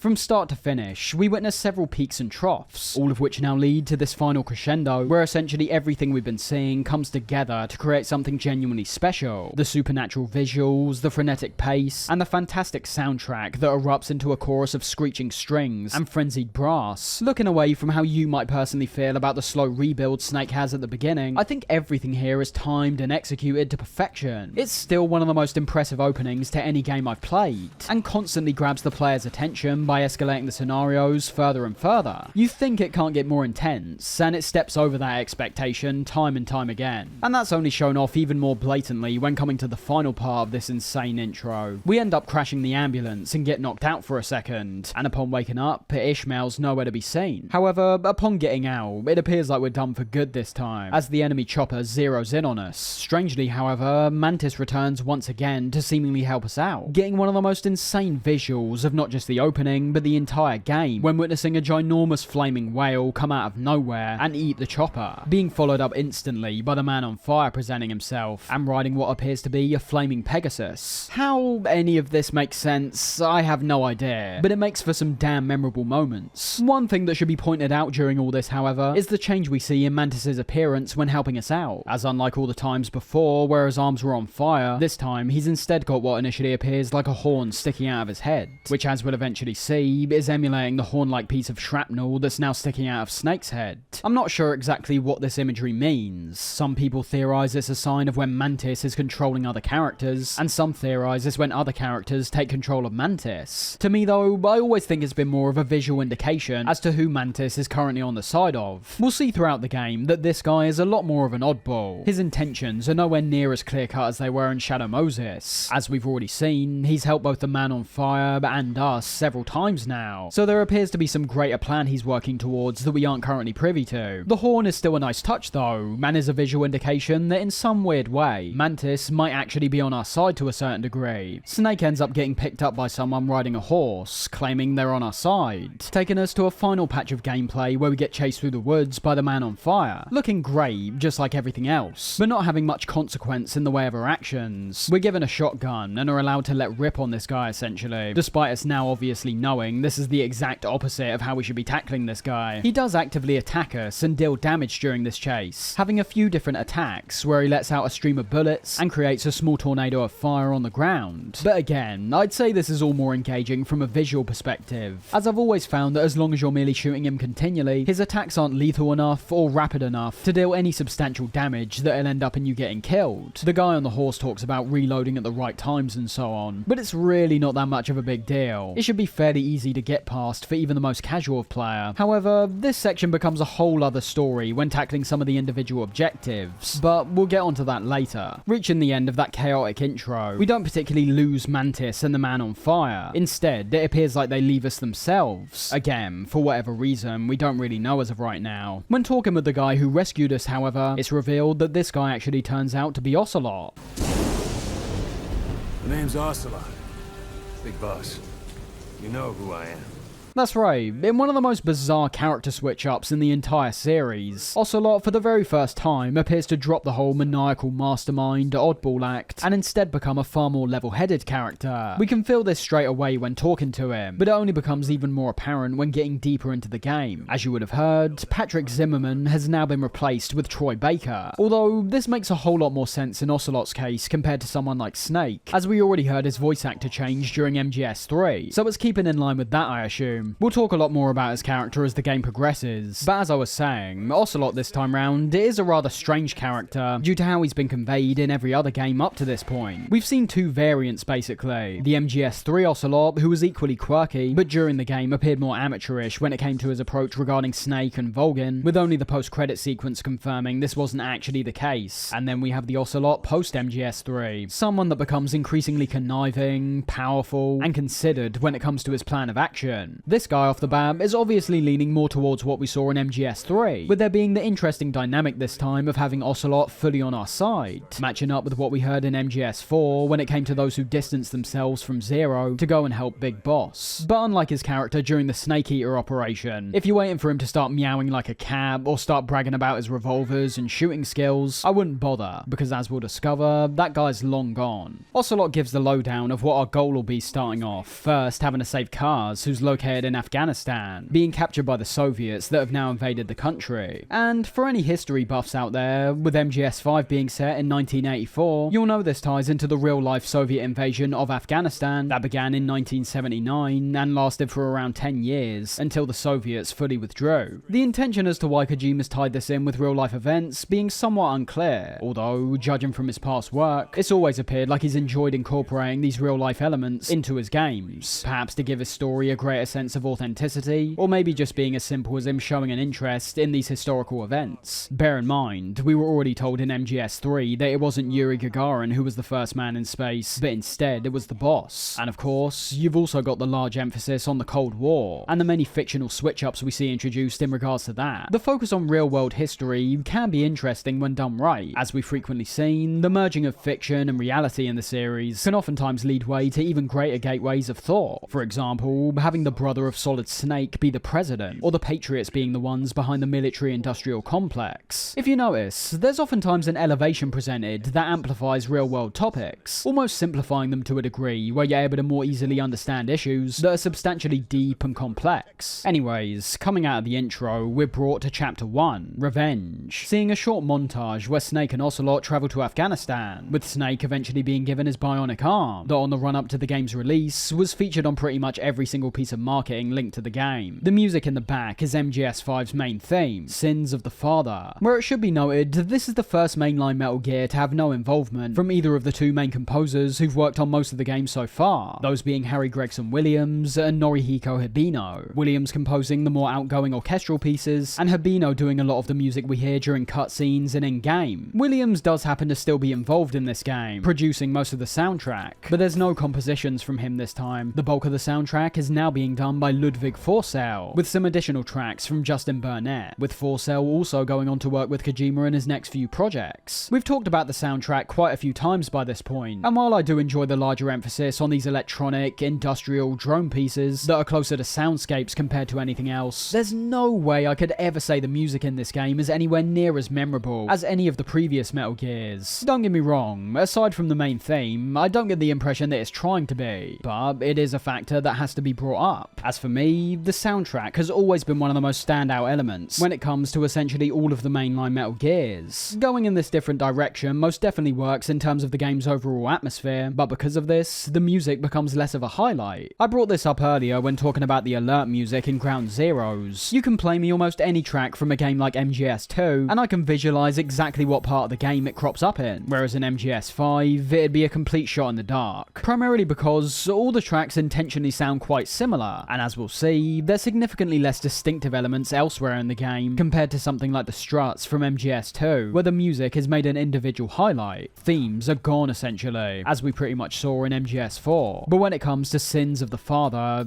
it's fine I suppose. It's your bombastic, epic, and overblown theme that we've been used to the series employing for a while now. Due to the plagiarism lawsuit, the main Metal Gear theme is of course nowhere to be seen. And while Sins of the Father works well, not my personal favourite by a long shot, but good enough to get the player hyped up for the main experience, there's a few occasions where it's brought back during the course of the game that have to be some of the worst reappearances of a main title in the series. You know, like how the old Snake theme crops up several times during MGS4 to reinstate how Snake's time is running out. Kinda like that, but nowhere near as impactful, and oftentimes very out of place. We'll see that when we get to it though. And with that, we arrive at episode 1. Yeah, episode. No idea why that change happened, considering this game's nothing like a TV show, but whatever. Snake and Ocelot arrive in Afghanistan, and this really is where the gameplay loop gets set in motion. A loop that I'd argue is perhaps the strictest out of any Metal Gear so far. Every mission, or episode, starts with a credit sequence now. Again, no real idea why, considering we essentially see the exact same names pop up time and time again. And as I said, this game isn't anything like a TV show. The credits are a strong topic of debate for many people who've played this game, and I'd have to say I veer more towards the negative side of the argument. They do present us with certain new bits of information during these opening missions. For example, having us be made aware that Snake this time round is being referred to as Punished Venom Snake, a title that I'm pretty sure near to no one utters throughout the entire game, so the credits are the only substantial indicator as to why the whole V has come to message was played at the start, the V now clearly referring to Venom. But it's in this first credit sequence where one of the big issues is presented as well, that coming from the special guest appearance of the Skulls unit, essentially ruining a surprise that occurs later on in the mission. Now, because we're at the start of the game and have no idea who the Skulls are to begin with, it's not that big of a problem, but as you can assume, we don't run into these guys merely once, so every time we start any subsequent mission and see there's a guest appearance from the Skulls, it completely destroys any kind of shock or surprise when they're eventually introduced. A really weird inclusion, because as we'll see, even though multiple appearances from these Skulls and several other villains are entirely spoiled by the opening credits, they are still treated in-game to be a surprise. So I think the credits are not only pointless, but are essentially self-destructive depending on what mission you're playing. There's a big difference when it comes to how we enter episode 1 and how we enter most of the other missions, but we'll focus more on that when moving past this one. But on the whole, the start of this first real mission works pretty well. We get a good feel for the brand new desert environment we'll be exploring, first experiencing an intense sandstorm, before then getting a wide view of the vast desert plains we'll be journeying through. Before we're let loose to go find cars, however, we're given a brief rundown of our equipment with Ocelot, mainly focusing on our map, our binoculars, and our ability to call Ocelot up by pressing Q, with that essentially being the replacement for the codec. I'm not a fan of tutorials like this, as I've said many times before, but it doesn't harm the experience either, considering how quite literally all these elements have been refined and simplified compared to their inclusions in previous games. I don't really know why players weren't trusted to figure them out on their own, but it's whatever. And with that out of the way, Ocelot gives us a small pep talk, and it's time for us to truly start the MGS5 experience.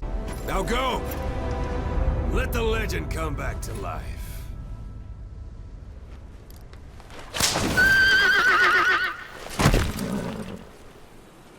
I still have no idea how he disappeared so quickly. So, we're finally off to the races, but before getting to cars, let's go over some of that equipment we were looking at with Ocelot. The binoculars, as you can assume, are exactly the same as in Ground Zeroes. Easy to use with the press of a single button, with the ability to zoom in from a pretty long distance away, and allowing us to focus on individual objects and enemies to have them marked even when not using them. All good stuff, and it's a tool that's even more useful when taking into account the environment we're now working with, which we'll discuss more in a second. The ability to radio in with Ocelot and cars also returns from Ground Zeroes, lacking a large degree of the personality the codec brought to the table, and having essentially none of the quirky, fun interactions we become accustomed to. You can very much say they wouldn't particularly fit in with the grittier tone of the game, and while that may be true, it doesn't negate the fact they are still gone. The target is being held somewhere in the Wuxin barracks. Use your binoculars to see what's going on inside the base. For players like myself, who know most of these games back to front, the codec over the years didn't serve the same function of support as it did when playing the games for the first time. It was all about hearing the many different interactions with the several different characters we can talk to.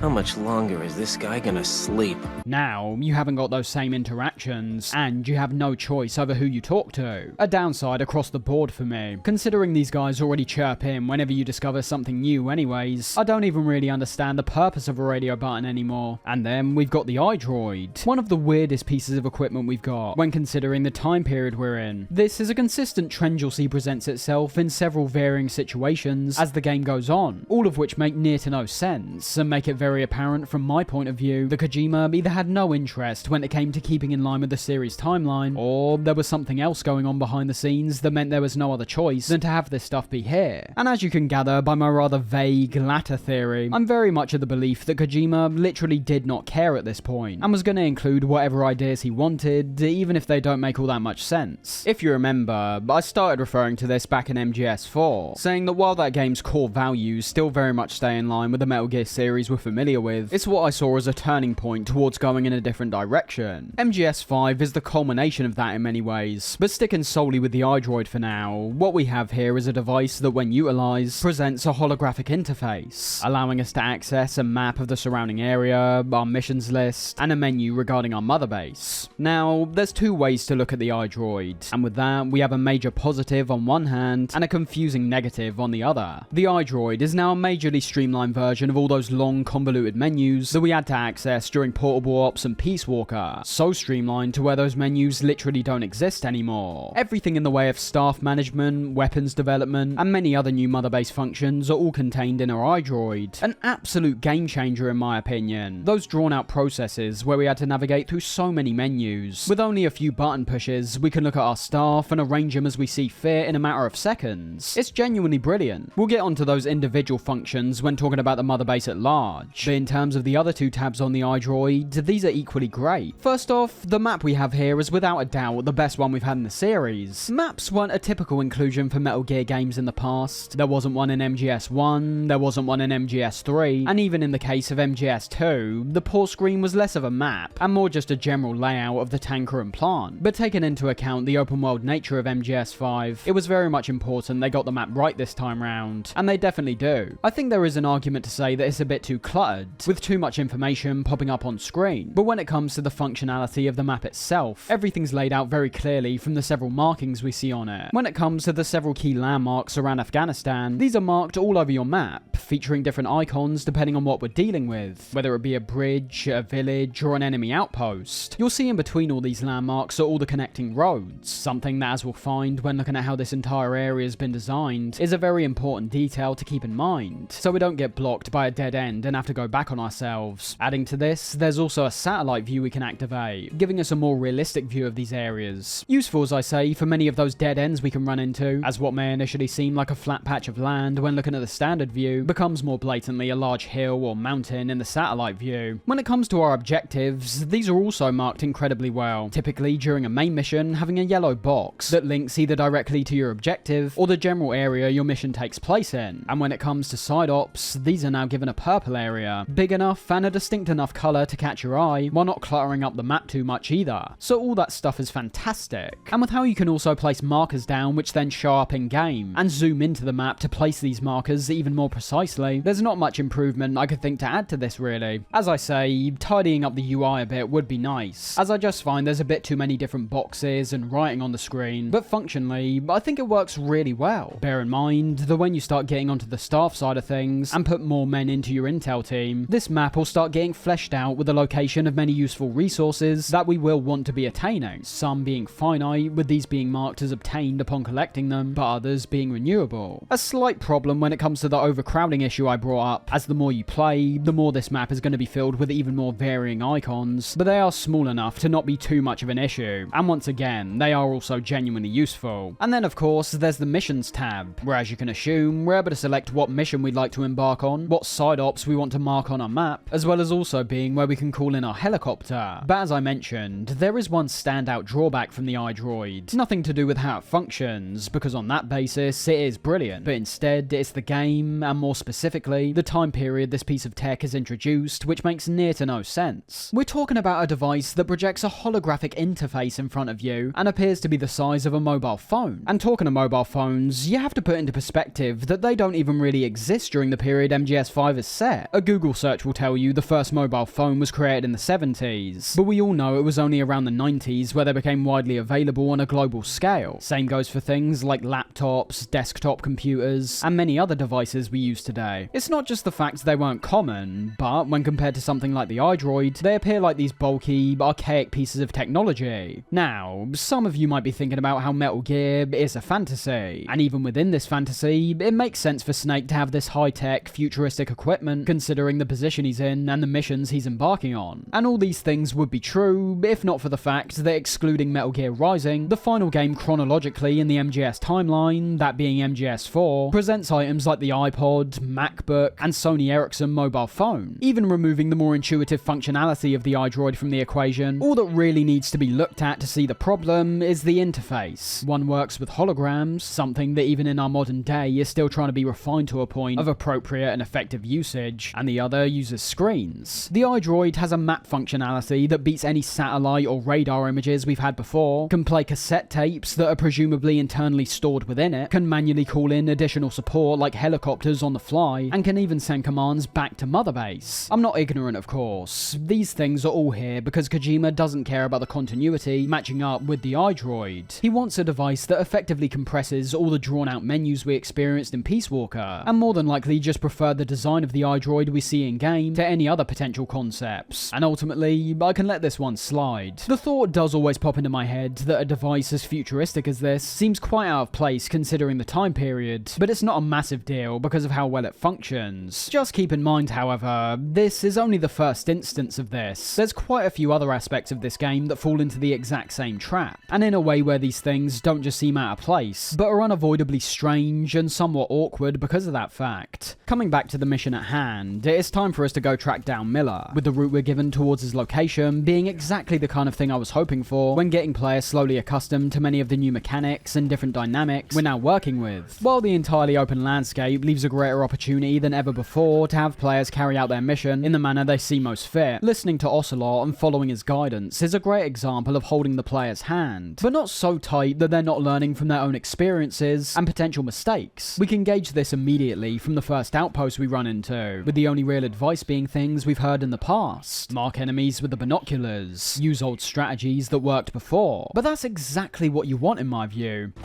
That's marking. Focus on a thread and it'll be marked automatically. You can mark enemies and vehicles by zooming in with your binoculars or camera. Too often, what's referred to as guidance or a tip in video games is merely an instruction. Do this thing this way and you'll win. There's a concerted effort from the off to allow the player to figure out the best way forward. And as I say, the open landscape leaves more options than ever before. We could try test ourselves straight away, perhaps sneaking our way closer to the outpost, choking out one of the guards, and shooting the other one that's nearby.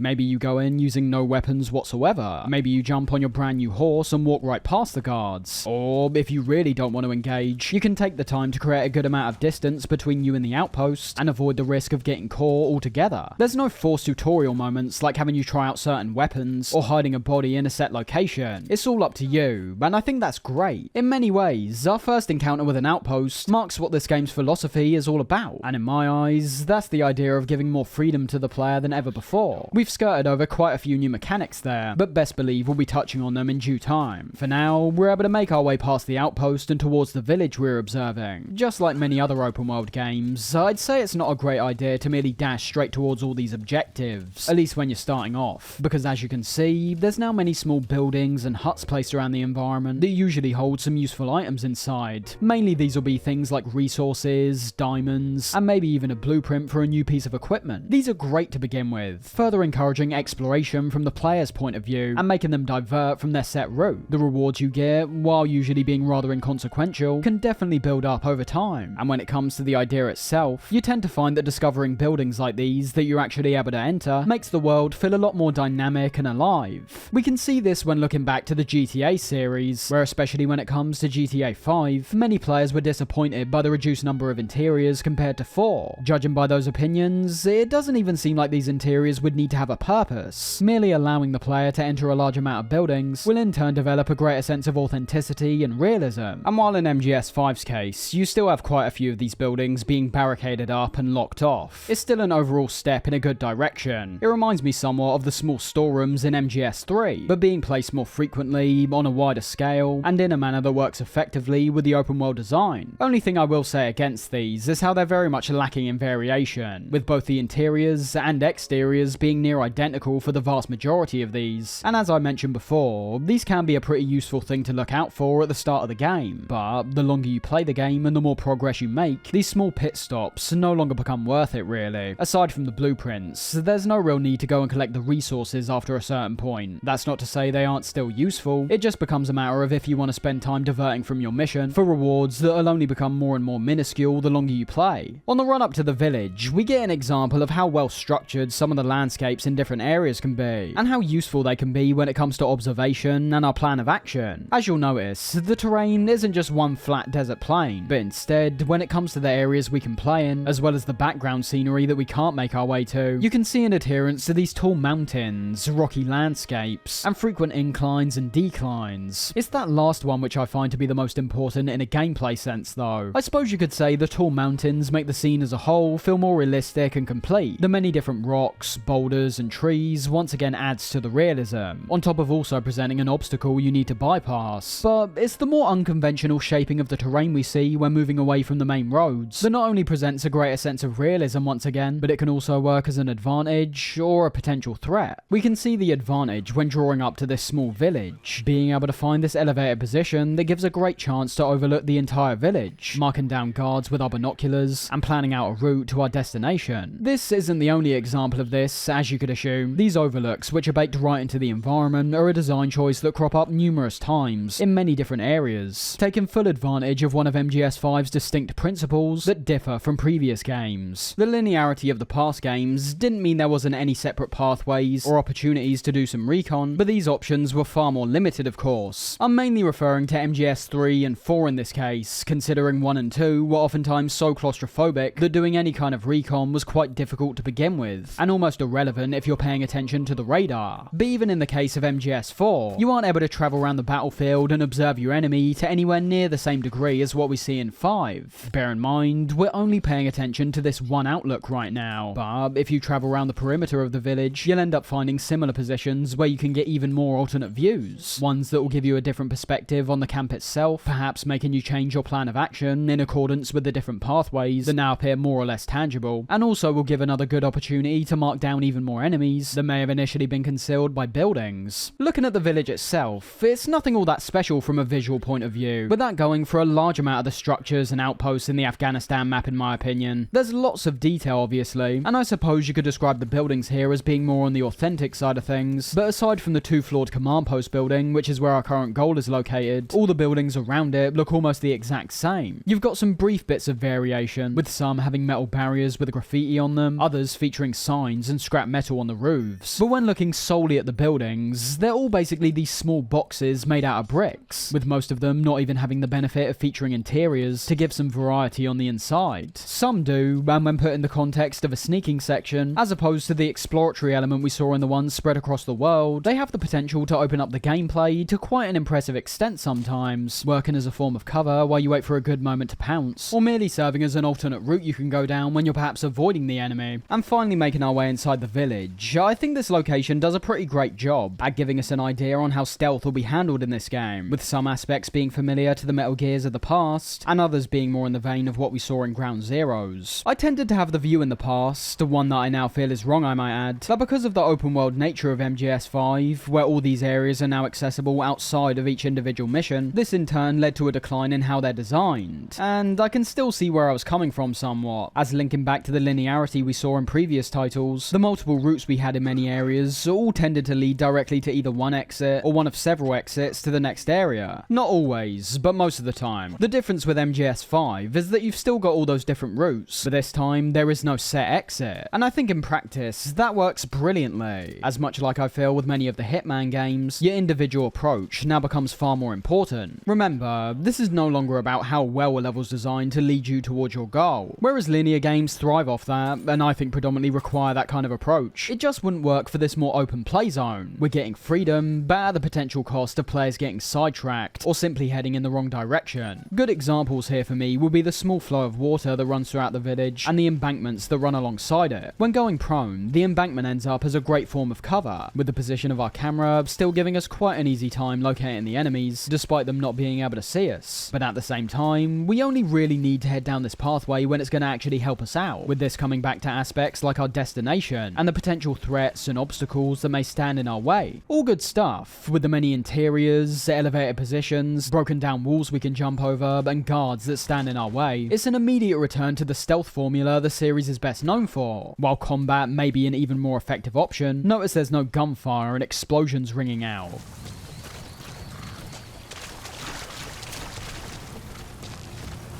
Unlike MGS4, this game opens by trying to actively cultivate an environment where stealth is made a priority, and so long as you're being careful, considered, and thoughtful when it comes to your actions, you'll start realizing how well all these elements are actually implemented. Inside the command post, we find some intel giving us the exact whereabouts of cars, being marked on our map, and as you can see, directly on our screen as well in the form of a waypoint. The idea of intel was used a number of times during several missions, and I assume the intention is predominantly to draw out a mission's length and make it feel a bit more expansive than it actually is. I don't find anything wrong with that, to be honest, so long as you're still engaging with the gameplay to a good degree. But what I like even more is the fact that in every mission there is intel, you can also entirely avoid it and go straight to your objective. If you know where to go, you can avoid having to sneak to certain areas and potentially get caught, and focus more on the speed in which you complete your mission. One of, if not the most important aspect when it comes to getting an S rank. I'm not a huge fan of the objective marker that now presents itself on screen at all times, as although there is a clear effort to minimize it, making it more dynamic and keeping it out of the player's way, it will always be a visual element that I've got somewhat of a problem with, regardless of what game I'm playing. I will say, it's about the best an objective marker can be if I'm being honest. It's not particularly distracting, and hardly takes any attention away from the gameplay. I think it maybe would have been nice to have an option where you could make it even more dynamic, perhaps having it hidden by default and only being able to see it when pressing a button. But either way, I surprisingly don't have too much of an issue with the waypoints in this game. They're no breadcrumb trail like the Fable games, no distracting compass like Skyrim. It's just a fairly regular waypoint informing you of where the objective is and how far away you are from it. Reaching the outpost where Kaz is being kept, the setup isn't too dissimilar to what we saw when scoping out the first village, something that I'll say becomes a noticeable trend throughout the game, with me not particularly seeing that as a positive either. You've got a large hill across from the outpost that can be used for recon, lots of guards and buildings in the outpost itself, and the only real difference this time is how this place has been built onto an elevated piece of land, compared to the flat ones we usually see. That's easily my favourite part about sneaking through this place. The verticality and broadness can leave you a fairly open target at almost all times. There's multiple guards you'll find on rooftops now, some of which are using spotlights, with the height advantage they have allowing them to not only spot you easier, but also in a position you may not have initially expected.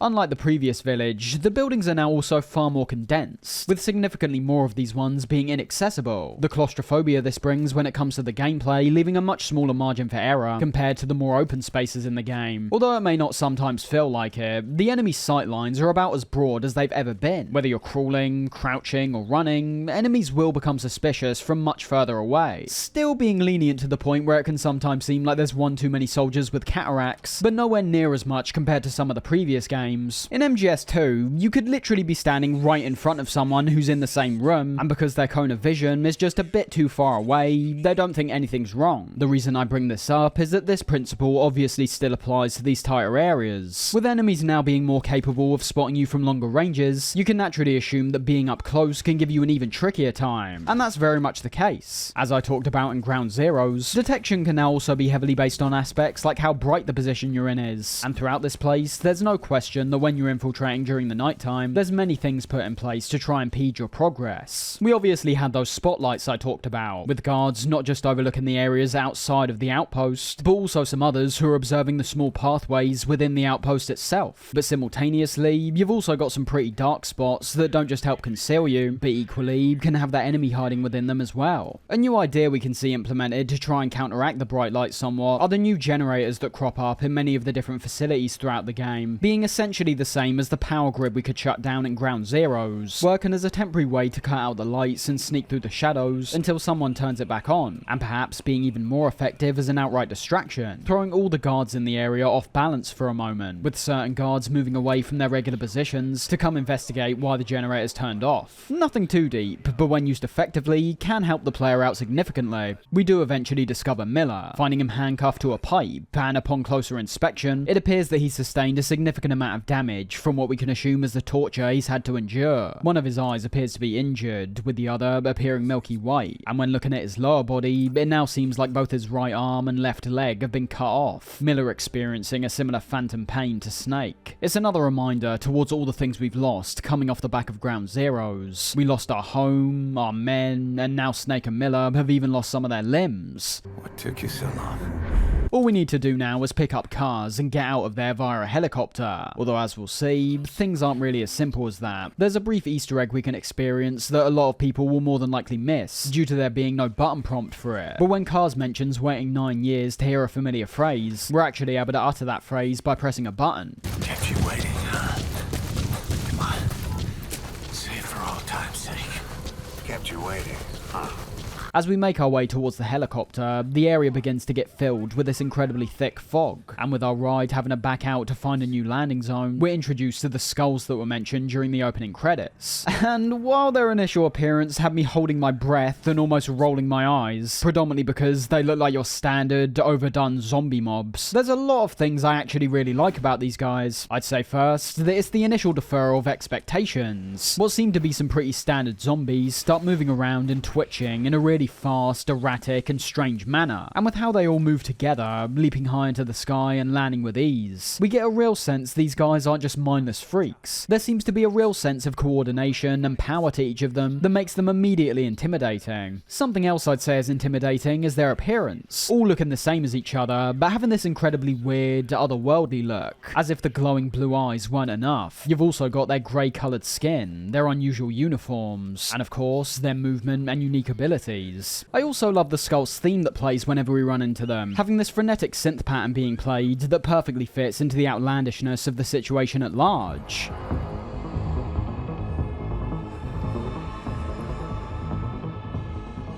Our main aim here is to get to the new landing zone, and while you are actually able to sneak past the skulls undetected if you play very carefully, I don't think that's the best first experience to have with them in my opinion, as upon being spotted, we not only witness this fantastic cutscene that shows the skulls seemingly manifesting guns out of thin air, but the way this mission ends is also made significantly more tense and gripping. There's so many things I really enjoy about the skulls in this section, while I find their function on a gameplay level to be fine, even presenting some new abilities at this point, like how they can run incredibly fast and teleport at will. The visual and audio aesthetics are the highlight for me. The soundtrack at this point, while still following the same rhythm, becomes more harsh and layers in more instruments to give a grander sound, accompanying the situation perfectly. The skulls to me have a real fear factor to them, not only from how we still aren't quite sure of what their full capabilities are, but also from what we are seeing, the way the skulls move together as a group, running ahead of you as you try to escape, and lining themselves up in a row before letting out an onslaught of gunfire. It's all action-packed, high-octane stuff, but with an additional horror element that I think works really well. After you ride far enough, the skulls will eventually disappear, leaving the player in a state of shock, confusion, and also anticipation for when they'll be seeing them again. And that ultimately brings us to the end of our first mission, one that I find to be incredibly well constructed, introducing many new elements when it comes to the gameplay and story. But it's important to realise how special these things actually are in this case, and that's something that will become more than apparent within only a few missions. For now, we talk with Kaz in the helicopter. Well, not really talking, because Snake uncharacteristically doesn't say anything at all. Hey. That was some operation we had, huh? 9 years ago. Carving out our own world. Making our own future. And they took it away. I'm gonna rebuild it. Make a new place. Together. That we can call home.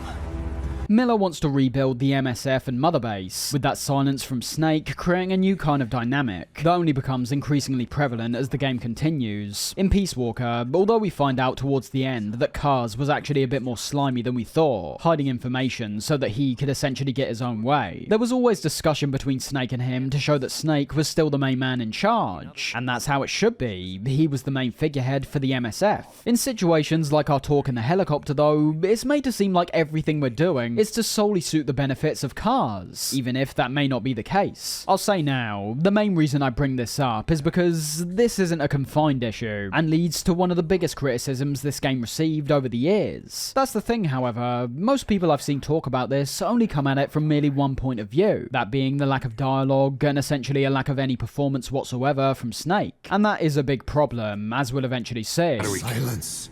It's way out of line with how Snake's acted in literally every single game, and makes you realise that Kiefer Sutherland's workload may have needed to be significantly reduced to stay in line with a certain budget. Regardless of how great David Hayter's performances were, there's no way you could tell me he would have been getting paid the same amount as Kiefer Sutherland, and especially not for the same level of work. And as a result, it's not just the absence of simple communication that feels like it starts to go missing from Snake's character, but it's also his motivation. As I say with Kaz here, this sounds like an effort that he's solely pursuing. We can assume that Snake agrees with it, but we don't really know, because they don't discuss anything. After our flashback to the events of Ground Zeroes, which basically just works as a reminder of who the main villain is, we end up back at our new Mother Base. Let me just say though, this sole flashback is another good example when it comes to how Ground Zeroes should have always been packaged with the Phantom Pain, because what you realise upon seeing this is that Skullface, the main villain, hasn't been seen once so far. Players who are jumping in now, who may not have seen trailer footage, would have naturally assumed it was most likely Mantis and the Man on Fire who are the main antagonists. And although the flashback does give you the general idea of what happened before, and how Skullface was more than likely the guy at the core of it, I think the way it's cut is so quick, sudden, and almost like a trailer, to where I could equally see people watching this and just not really understanding what they're seeing, especially newer players who haven't experienced any of the previous games. A facet of the player base that's definitely important to take note of, considering I think MGS5 isn't only one of the most accessible MGS games when it comes to gameplay and story, but it's also the best-selling MGS game that's been released. And I'd assume quite a lot of those players will be playing their very first Metal Gear with near to no understanding of what came before. After this, we get the iconic "Why are we still here" monologue from Kaz, a moment that's obviously been memed to death by this point, but is still pretty great when put in context. Why are we still here? Just to suffer? Every night. Feel my leg, and my arm, even my fingers. The body I've lost, the comrades I've lost, won't stop hurting.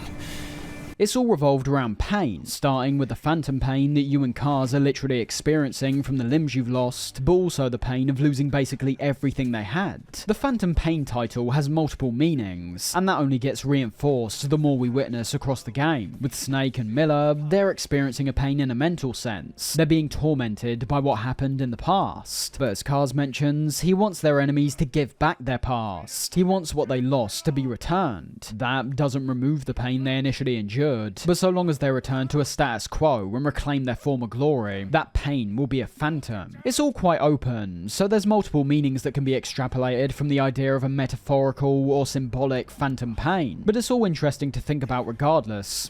I'm gonna make them give back our past. Take back everything that we've lost. And I won't rest until we do. Approaching Mother Base.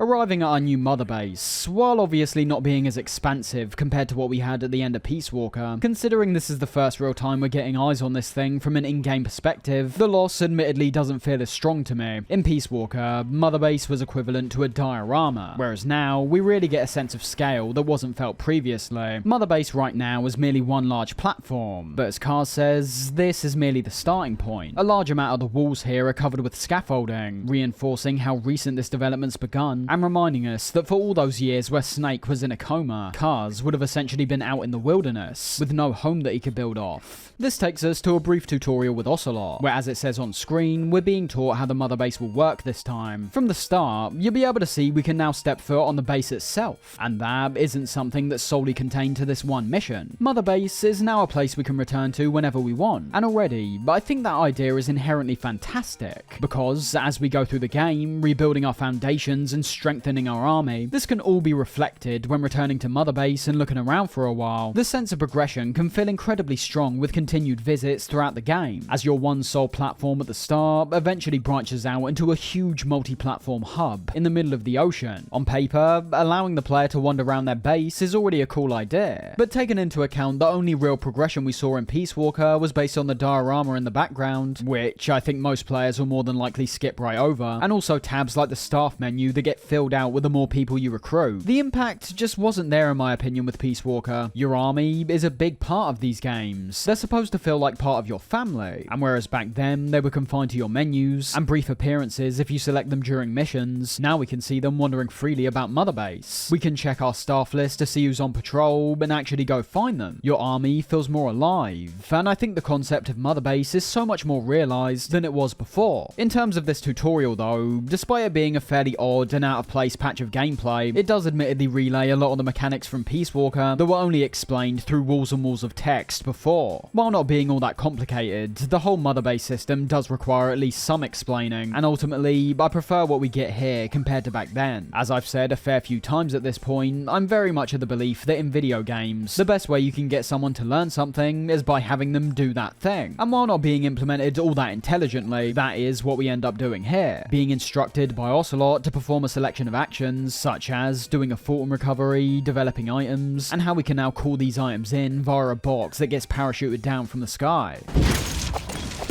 All of these are integral to the gameplay experience, and I think it's a far better option to at least have the player be forced to interact with these things from the off, so they at least have a general idea later on how they work. In Peace Walker, for example, there'll be many players who have no idea how the staff or development mechanics work, because they don't want to sit and read all the text that explains what they do. You could say it's the player's fault in that case, but I'd put it more down to the game conveying the information in a lackluster way that makes players not want to learn these things. I do realise that only during that opening mission was I giving somewhat of an opposite view, claiming that in a lot of cases, it's better off leaving players entirely on their own, learning how the game works, basically through trial and error. And while I do stand by that, if you're offered up with a learning section like this, which is mandatory, there are ways to go about this stuff more or less effectively. The subject is of course important as well. I think it's okay to force a player to carry out an action like calling in a box, as they now know from that point on that if they want a certain item during a mission, that's how they acquire it. In terms of something like the general stealth gameplay, however, that's a whole lot more dynamic, taking into account several factors like sight, sound, and the dynamic changes we observe the further we get into the game. I think these elements are best learned on the player's behalf. They feature mechanics that are a whole lot deeper and more nuanced than simply requesting an item from your iDroid. Anyways, it's a fairly run-of-the-mill tutorial, although you can actually shoot Ocelot with your tranquilizer at any point to hear him come out with some strange and familiar phrases.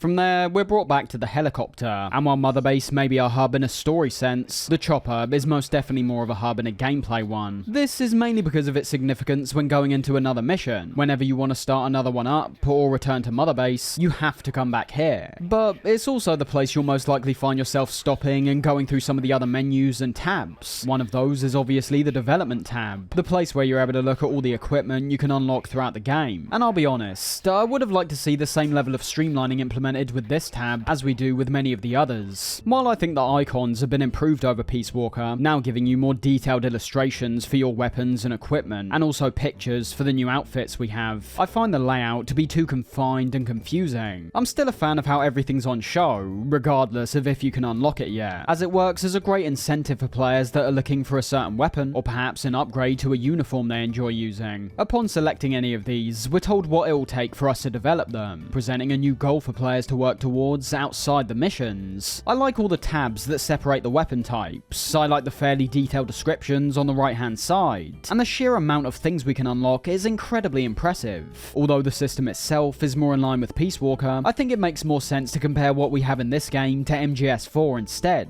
as despite that game being released earlier, the range of equipment in Drebin's shop was still more plentiful than what we had in Peace Walker, and MGS5 elevates the game once again, and in a manner that I just feel makes so much more sense compared to 4. My biggest complaint about Drebin's shop in that game is how much it drew away from the stealth gameplay. We were being given this massive arsenal of weaponry in a series where avoiding detection and avoiding combat was supposed to be the main thing, and while you could say that about MGS5 in some sense, the system works significantly better this time round because of the freedom angle I was talking about earlier, and specifically how it's executed. In MGS4, I felt the stealth was being hampered because it seemed like so many scenarios simply weren't being created with stealth in mind. In MGS5, when you break everything down, you're not really getting those same kind of scenarios anymore. That goes without saying if you're wandering the open world by yourself, but even when it comes to the vast majority of missions, we're given the objective, but the set pieces have been reined in significantly. Enemies will oftentimes be in different spots each time you start a mission, and the non-linear design substantially increases the ways you can approach the gameplay at large. Due to how the levels were designed in MGS4, I often felt starved of the stealth gameplay. Typically, when I was engaging with the stealth, it could feel more like I was forcing it into a structure that wasn't demanding it, leaving the experience to be less satisfying as a result. But in MGS5, it comes so much more down to your approach. The opportunities to go loud and guns blazing are still there, but it's equally satisfying now to go full stealth. And ultimately, when looking deeper into that facet of things, that's where MGS5 takes the core principles of the series and refines them to a point of absolute brilliance, with the level design and enemy AI making up for many patches of gameplay and entire missions that would otherwise be rather bland and generic. Coming back to the development tab, however, as I was saying, there is a lot to get into here. The layout is still kind of awkward, whereas you're able to see, only 9 items can be shown on screen at once, something that might not seem like much of a problem, but becomes a real nightmare when attempting to search for certain items in the individual tabs. Literally, it becomes a matter of scrolling back and forth trying to hunt some of these things down at points. The variety of weaponry this time round is nothing short of phenomenal. So many different weapons to choose from, and so many different types of weapons as well. MGS5 is very much a game that encourages the player to step out their comfort zone in favour of experimentation, and that can be seen very clearly when it comes to the equipment. One thing I will say off the bat is that despite having tons of lethal weapons once again, we've got the exact same problem that we had in Peace Walker, where because extracting enemies from the battlefield is such a core component towards building up your mother base, you're wanting to use non-lethal methods as much as possible. But leaving that to one side, you can't help but be impressed by just how extensive the options are here. We'll take a look at one example to give a general idea of how weapon development works now, that being the pistols. Now, as you're able to see at the top, the grading system's made a return, marking essentially how effective a weapon or piece of equipment is, and also being a good measure of the amount of resources that will be required to develop it with each increasing rank. These grade 1 pistols can essentially be unlocked right from the get-go, having our tranquilizer that we're given right from the start, and 2 pistols below that are both lethal. However, from there, you're able to see how the increasing ranks start presenting some more significant changes. For example, the Burkov pistol was eventually turned into a tranquilizer when unlocking the grade 4 variant, and with the Burkov not being single shot like the usual tranquilizer pistol, you may initially think it renders the other one fairly useless. However, upon looking to the grade 5 variant of the Windogger, we see there's perhaps an even more impactful upgrade, that being a permanent silencer, much like we had in Ground Zero. camos. So with that, you've got some real variety, and I love the fact it comes down to the player's personal preference, compared to any substantial positives between the two weapons. If you perhaps feel like you're an accurate shooter, the choice of having a limitless silencer will be incredibly appealing, but it's also undeniable that the increased rate of fire the Burkov presents could potentially get you out of a sticky situation in the case that you do miss some of your shots when being detected. Now, despite there being 15 tiers, there's no weapon in the game that actually goes beyond grade 11, and judging by how these higher tiered weapons were starting to be added after the game's initial release, I get the sense the plan was to gradually keep upgrading different kinds of equipment and weapons to keep players returning. There's many other practices like this in MGS5 that show Konami almost trying to go down the live service route, with most of them being very poorly implemented and seemingly not effective, judging by how they totally stopped support for MGS5 years ago. To be honest though, I'm fine with no grade 15 weapons. While the new attachments and upgrades do look great and do create a difference, the higher you go, the more effort that's required to unlock these things. And bearing in mind that one shot to the head with almost anything will take someone out immediately, you will start weighing up your options when you realise all the time and effort you put into getting a new upgrade will merely result in a weapon that performs almost the exact same as the previous upgrade. I think it should go without saying that all these weapons look fantastic. When observing them in game, they all feature a high level of detail, and the gun models themselves feature a considerable amount of variation. Don't be mistaken by the sheer amount of variance that can be seen coming off one sole gun. There's still a whole bunch of individual weapons to choose from that perform noticeably different to each other. Even when looking at these upgraded variants though, sometimes the additional attachments that get applied are so numerous and different from the base model that it can look like a different gun entirely. I will say though, when it comes to actually unlocking these things, I think this could be an amazing draw, or a bit of a nightmare depending on what kind of player you are. I will say, for the vast majority of weapons, I don't think this will be too much of an issue, especially if you're playing the game fairly casually. As I said already, every weapon is pretty useful anyways, so I inherently feel the hunt for certain weapons and weapon upgrades can mainly spawn from a player's want to unlock as much as they can, and have the best items possible. I mainly mean this after a certain point. An assault rifle like the MRS4 has an ungodly amount of variance, but in my opinion, once you've got that silencer and scope, you've realistically got everything you need to deal with any threat you come up against. I always reach a point with MGS5 where I find myself unlocking stuff solely for the purpose of unlocking it, and I don't have any real problem with that. There is a certain amount of gratification I receive from ticking these items off one by one, but I'm just trying to put into perspective once again, much like how I've done with the previous games that have this system, that despite all the variety when it comes to their appearances, their functions still remain very similar. I think MGS5 has the best approach of the lot personally, and I think the listed upgrades, attachments, and particularly the detailed illustrations all push the player towards wanting to engage with this system and wanting to unlock these weapons. But from solely a weapons standpoint, we've got the old problem of lots of variety, not enough real difference. The biggest difference still comes from the weapon types, not the different models or variants within them, something that in MGS5 I'd hesitate to call an issue, considering how vital I find variety and freedom to inherently be for this game, but something to still take into account. You might have noticed how I emphasised it's the weapons I'm relating this to, as elsewhere in the development tab, you actually have many other items that switch things up to a far more substantial degree in my opinion. All the different outfits and camos look great, ranging from your fairly standard camos that merely apply onto Snake's usual clothing, to the bulky battle gear or sleek sneaking suit, the latter of which have several upgrades that enhance their individual strengths. Much like we saw in Peace Walker, outfits have to be selected before a mission, with the only difference here being how we can switch what we're wearing while out on the battlefield, but we have to call this new outfit in via a supply drop. Not very practical in most cases, but I haven't got too much of an issue with it. Ever since MGS3, I was kind of hoping we wouldn't see the return of that same kind of camo menu, and MGS5 definitely doesn't have that. I enjoy the fact we've got many outfits now with certain specialties. In Peace Walker, we still had the battle dress and sneaking suit, both of which work about the same in this game, with the battle dress giving you a significant damage reduction, and the sneaking suit being about the best piece of equipment you can use to sneak around. But also understand that because of that, some of the other camos may go to waste somewhat, with how you'll find yourself defaulting back to these more effective options. The amount of camos we have to choose from is cool, but unlike MGS3, you not only have those two unique uniforms I just mentioned, that both perform their combat and stealth roles better than any other piece of armor, but I also don't think you'd ever be able to take full advantage of these camos anymore without a camo system like MGS3. While we don't have a camo index, these different camos are still described as having set purposes, the square pattern being good for metal or concrete surfaces, the olive drab being good for areas with greenery, but not only does something like the sneaking suit trump all of them obviously, there's also no way for us to quickly switch between each one. Therefore, if you go into a mission with a square uniform, expecting concrete surfaces you can blend in with, there's nothing you can do about the non-concrete surfaces you'll be travelling through in between. But of course, I'm talking about these solely from a functional point of view. I very much understand that for the vast majority of players now, anyone who's not choosing the battle dress or sneaking suit are more than likely doing it from a stylistic point of view, and with the additional customization we now have, being able to accompany many of these outfits with scarves, or hilariously being able to whip Snake's shirt off. The outfits, from a customization point of view, were very good to be honest. All the other unlocks and upgrades here pertain to much of the equipment you'll be carrying with you by default. Upgrades to our binoculars, upgrades to our bionic arm, several versions of the arm itself that range from a rocket arm that you can shoot out and hit people with, to one that shoots out lethal electricity. It's just really great stuff across the board, and on the whole, I'm generally happy with how the development system works. It gives a great incentive with some genuinely impactful rewards, with the only real downside being the return of the development times once again, something that to me just seems nonsensical. There's no real reason to ever make a player wait for something they purchased, and if it's coming from the angle of realism, it makes even less sense, considering the amount of unrealistic elements that make up this game. You'll notice when arriving on the helicopter, after our first couple missions, there'll be a cassette tape at the bottom of the screen, where pressing the corresponding button brings up the cassette screen we saw in Ground Zeroes, with the biggest difference here being how the many different tapes have now been given different colours, the yellow ones presumably being the more vital ones we should listen to, and the normal white ones perhaps being a bit more optional. My thoughts on the system haven't changed whatsoever between now and Ground Zeroes, and ultimately, I think we would have been better off either entirely without them, or merely translating these tapes to an actual radio conversation, like we've seen in most of the past games. What you'll start noticing straight away when listening to these, however, is what I said about most of Sutherland's performance being hidden away here. Listening purely to the first tape, that only lasts 45 seconds, Snake talks far more, and with a lot more frequency compared to anything we've heard so far. Well, it wasn't Pinocchio who led me out to safety.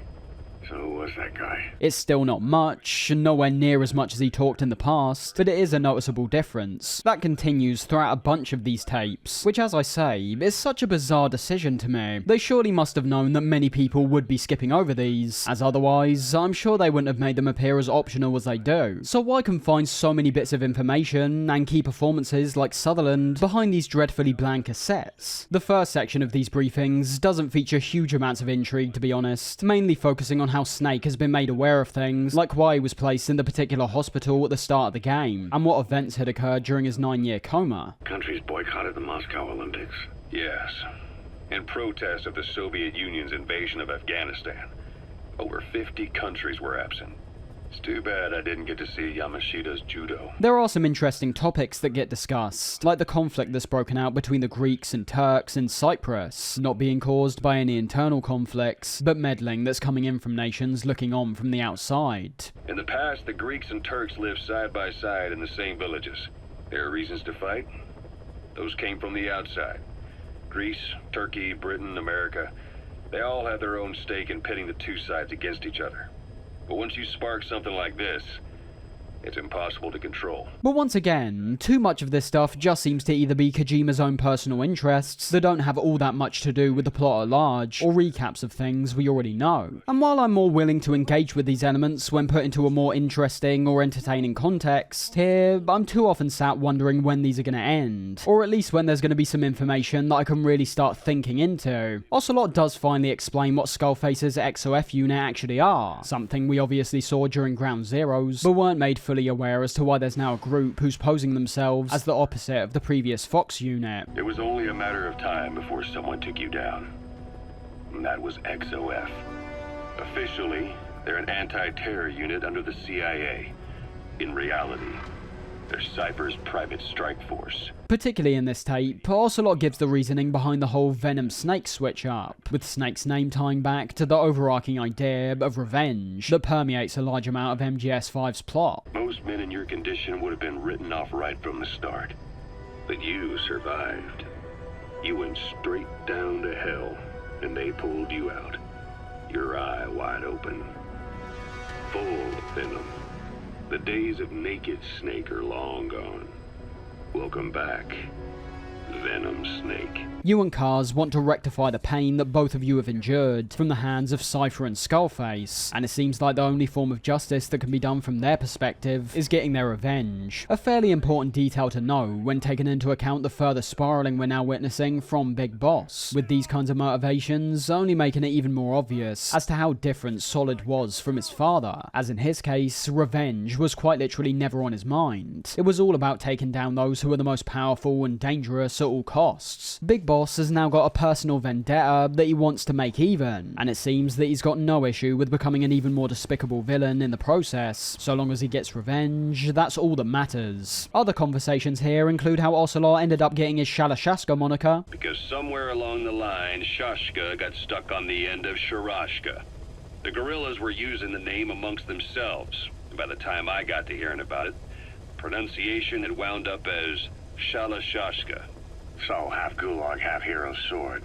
It is a perfect fit. discussions of the Snake Eater operation, the formation of Cypher, with Cypher being explained to not only be the name of Zero, but also the worldwide information network he created, essentially working as the foundation of what will tear the world apart in the future. And we also have a brief discussion about the Man on Fire's weakness to water. Everything within this first block of cassettes having a certain level of intrigue, but nowhere near the same as I'm personally used to from a Metal Gear game. As I say, the roles are completely swapped with MGS5, because where I usually found myself in past games going through the gameplay while looking forward to the next story beat, now the gameplay has taken center stage more than it ever has before. And especially in the case of these cassette tapes, it's not uncommon for me to be merely waiting for them to end, instead of truly engaging with them. It's not a terrible start, and there's a damn lot more of these to come, I assure you, but I feel it's important to state now that no matter how interesting some of these tapes may potentially get, the format itself inherently puts a barrier between me and the story that's being told. I won't deny, it could be more of a personal issue, but I don't find it very unlikely that many other fans would be feeling this similar kind of way. I don't think it's good enough on its own, and it's definitely not good enough considering the standards of the past. Because remember, we're not just dealing with a system now that's comparable to the codec calls, as despite being an important storytelling tool, there were always tons of cutscenes that would also push the story forward. Whereas in MGS5, there's so much importance put on these cassettes, while having a noticeable reduction when it comes to the cutscenes. The cassette tapes at points are the only way to figure out what's going on, and that's something I really don't like, considering the format itself. Moving on to the next mission, you'll notice something interesting straight away when going to the mission select screen, and that's how it's not just mission 3 that's made available, but also mission 4 and 5 as well. When paying attention to what Miller says, however, we can see exactly why this is. Building up Mother Base is the first step to achieving our goal.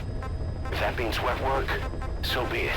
I'll talk about this a bit later on, but make sure to keep this idea of wet work firmly in your mind, because ultimately, I think the way a significant amount of these missions are structured, and the manner in which they're dished out, lends itself to one of the biggest criticisms I have with this game. This is the first time we really go through the routine of preparing for our mission, whereas in the previous two, we were dropped in and getting transported automatically between the battlefield and Mother Base. Now we're made to choose from a selection of landing zones, usually being about 1 or 2 in each mission. This admittedly doesn't make as much difference as you might expect. I think they could have ultimately taken this option away entirely, and there wouldn't be much difference. But it's more when it comes down to the landing zones you unlock inside these facilities and outposts, where the choice becomes a bit more important, because from the landing zones on the outside, it's always a matter of finding one that's closest to your objective. There isn't any real strategy, but if you choose to deploy inside one of these places, you'll be warned of the increased danger that comes with it, and are essentially signing yourself up to go loud right from the off. That's not all though, as after we make this choice, we're then brought into the weapons sortie, the place where you're able to choose pretty much everything you want to take into a mission, being able to swap out your weapons, equipment, and depending on if you've been able to acquire them yet, you can even select what vehicle you want to be waiting for you upon reaching the landing zone. All this stuff is laid out very nicely, clean and simplistic, just about what you want from a screen that predominantly works off menus. You're even allowed to choose what time of day you start the mission from, with nighttime working well for stealth obviously, but not creating too much of an impact if you want to experience things during the daytime as well. Flying in via chopper trailer, we start our first mission, and when landing onto the ground, we can see the horse we used previously is waiting for us. The horse is the first buddy we're given, with the buddy system in this game, while not being a truly unique concept, ends up working really well in practice. We'll talk about each buddy sequentially when discovering them, but when it comes to the horse, who's actually referred to as D-Horse, its functionality is kind of exactly what you'd expect, that being a form of transport, something that remains especially important in these early stages of the game, due to us not having any vehicles we can deploy right from the start. The riding feels entirely unrealistic. This thing can speed up, slow down, jump, and turn in ways that show essentially no sense of momentum, but I don't have a problem with that at all. This isn't a game that calls for Red Dead 2 horse mechanics. Many aspects of its design are already considerably unrealistic, so I can very much appreciate the quick, snappy reactions from D-Horse, as it gets us across the open terrain at a far greater speed. Like all buddies, the more you use D-Horse, the more a bond will be created between the two of you, and as a result, new commands are able to be unlocked which make the buddy even more useful. Considering D-Horse's most useful function is being a form of transport, something that we're given right from the off, the upgrades aren't as impactful as some of the other buddies, but the most hilarious and most useful upgrade we can unlock is the ability to make D-Horse take a crap on command.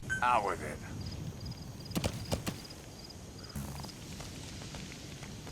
And what might initially seem like solely a joke inclusion actually ends up working as a trap you can set up for vehicles on the road. Because as you'll see, if you make D-Horse take a crap and then watch a car drive over it, it'll make the car swerve completely off the road and possibly crash.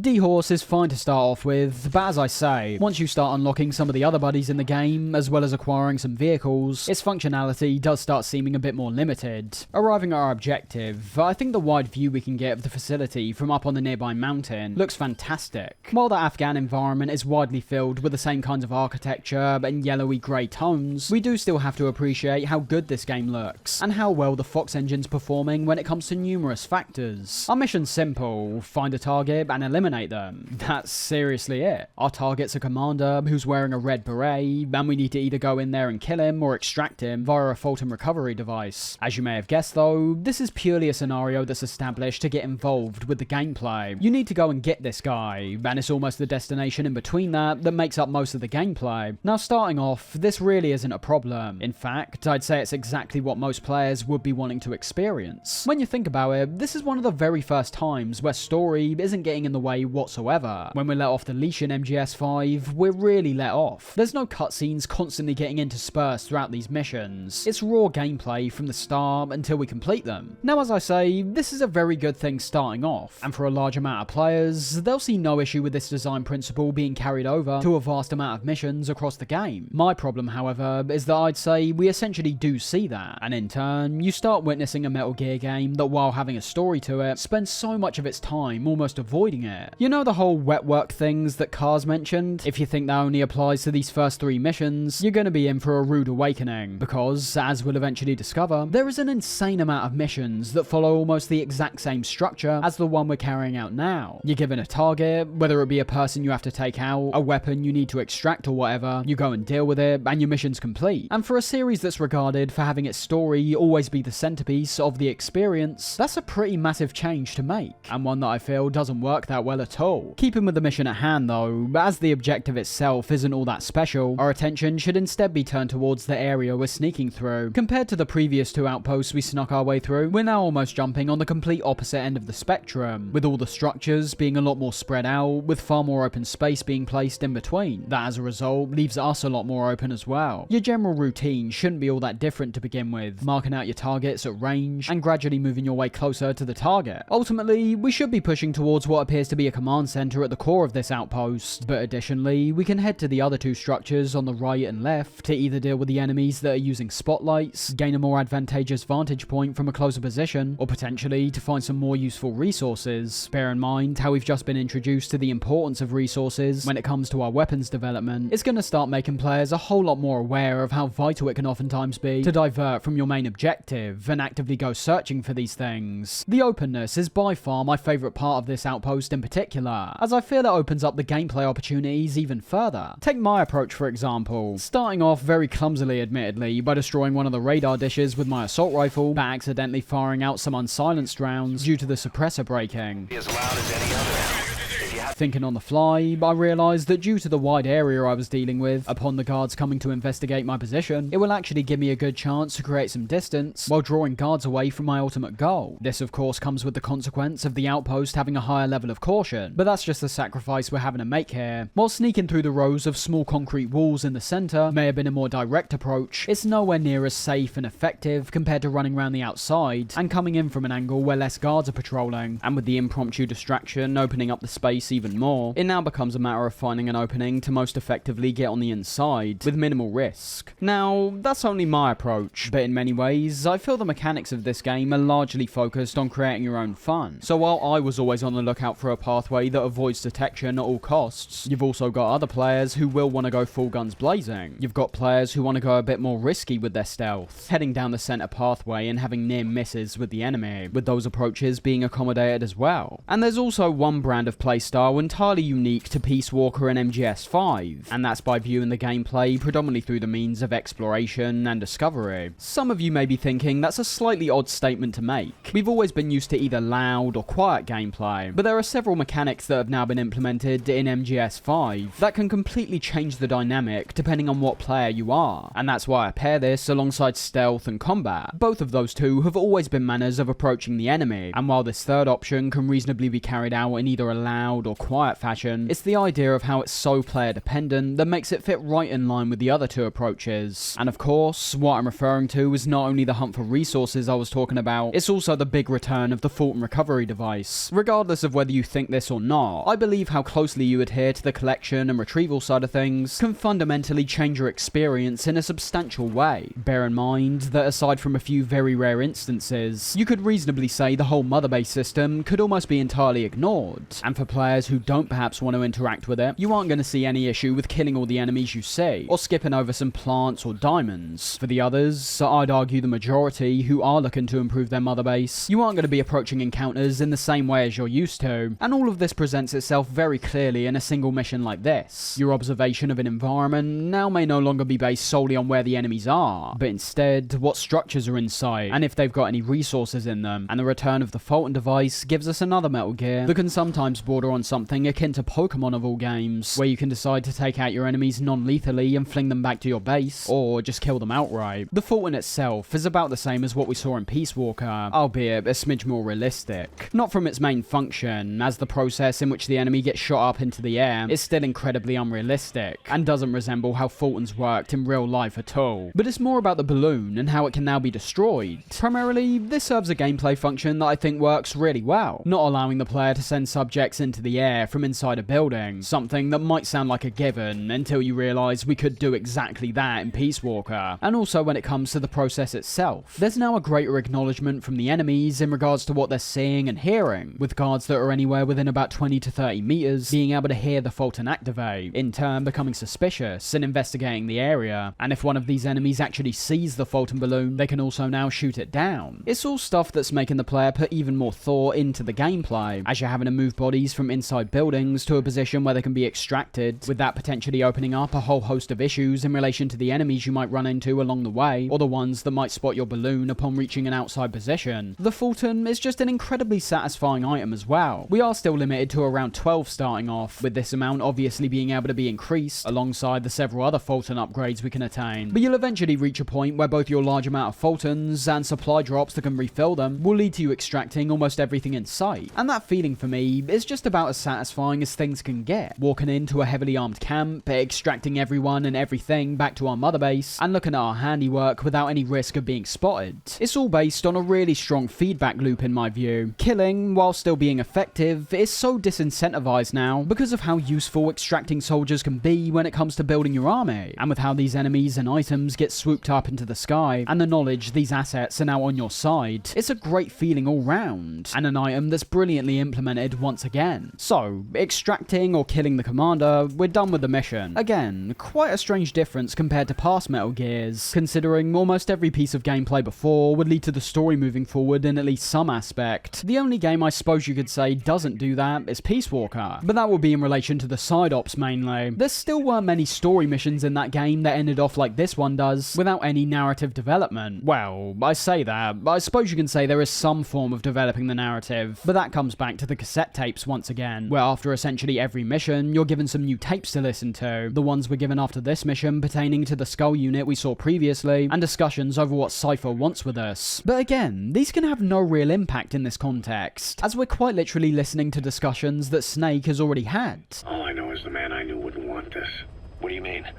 We have to consider that it might not be Zero we're dealing with. We might be learning some new details along the way, but for me, there's something that's majorly lacking about this, which creates an absolute disconnect between Snake and the player. When has Snake had these conversations? We've been in his shoes the entire time and haven't heard anything like this. It now constantly feels like we're being let into information after the fact. We as the audience aren't aware of details that other characters, including Snake, are. Coming back to the helicopter, let's take a look at one of those side ops we now have access to. These obviously returning from Peace Walker, but in a slightly different context than before. In some ways, you can kind of say the side ops inherently feed into the design of MGS5 a bit better, as compared to the main ops that give you a set area to work with, and a selection of only a few landing zones. Heading into a side ops mission, we're allowed to enter from anywhere in the map, and don't have any restrictions in terms of where we can go. This is predominantly because launching into a side ops mission isn't really what's happening here. You're essentially going into the open world without the limits the main ops put on you. Off the bat, however, the side ops themselves start off fairly unimaginative, and essentially remain that way across the 157 that are here. Don't let the number fool you into thinking there's 157 unique missions. A significant amount of these side ops are repeats of the exact same mission over and over. These aren't unlocked in order. You don't go from mission 1 to 2 to 3, but regardless of that, the first ones we get do appear to be at least somewhat interesting, those being a mission where we need to extract a Russian interpreter, and another where we have to extract a highly skilled soldier, both of which will bolster up your army back at Mother Base. But in terms of the interpreter, you would have noticed by interrogating guards so far that you can't actually understand what they're saying, thus making the interrogation to begin with rather pointless. Where are your friends? Boss, you don't understand what he said?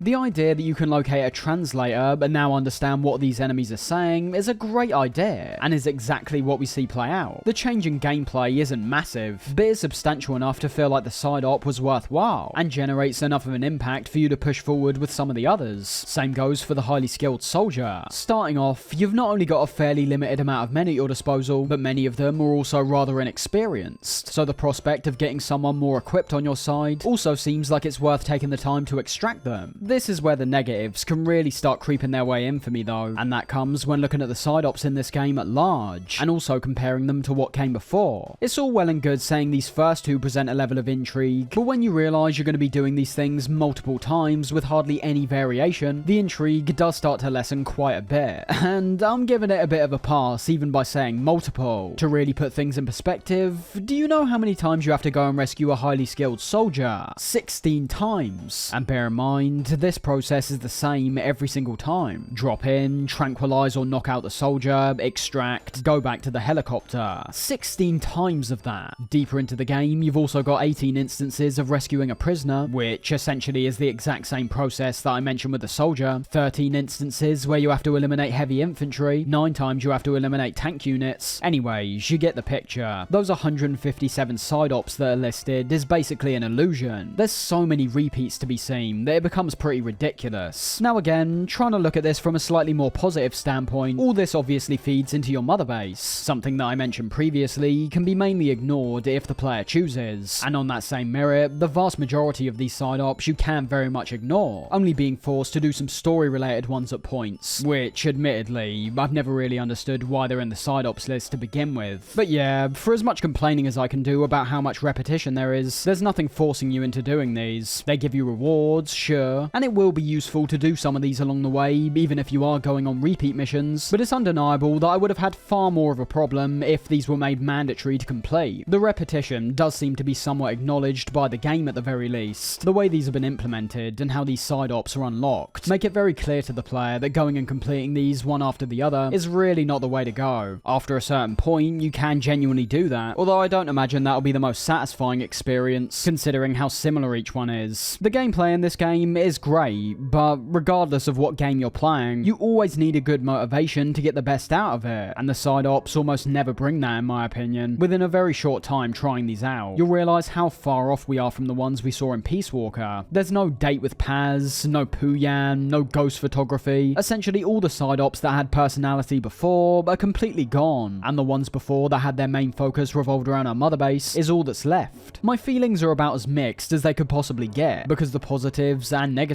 are in clear view. On one hand, I can understand the grindy nature of them. The rewards they give out can create a genuine impact, they take greater advantage of the open world, they allow the player to engage with the gameplay in several different scenarios, but on the other, there are too many that repeat the same concepts. These concepts inherently aren't ones that will spark the player with excitement, and I haven't even mentioned what I think might be the worst part, and that's the process you have to take to reach these missions. This is a problem when it comes to almost all of the game's missions, and that includes the main ops as well, and it all revolves around the helicopter. As you may have seen, every time we launch into a mission from a helicopter, we're not merely dropped onto the ground right from the off. Instead, we more realistically start off in the chopper and are then brought to the landing zone, which might sound fine on the surface, but then you've got to take into account that on average, you're going to be waiting around 30 to 40 seconds when starting every mission, and admittedly, I think I'm being pretty generous with my estimation. There's been many other instances where I was having to wait a whole minute before landing. In terms of the main ops, I'd say they just about get away with this for the sole reason that you've oftentimes got someone like Ocelot or Miller actively talking as we make our way to the ground. But in the side ops, this wait can be interminable, and for some, could be the sole reason why they can't engage with them as much. When you boil it down, what we essentially have is a purposeful loading screen. From my complaints, you can naturally assume that skipping this intro isn't an option, and at the very least, although the wait would still be annoying, I'd somewhat understand if there was a clear intention as to why we're made to wait so long, but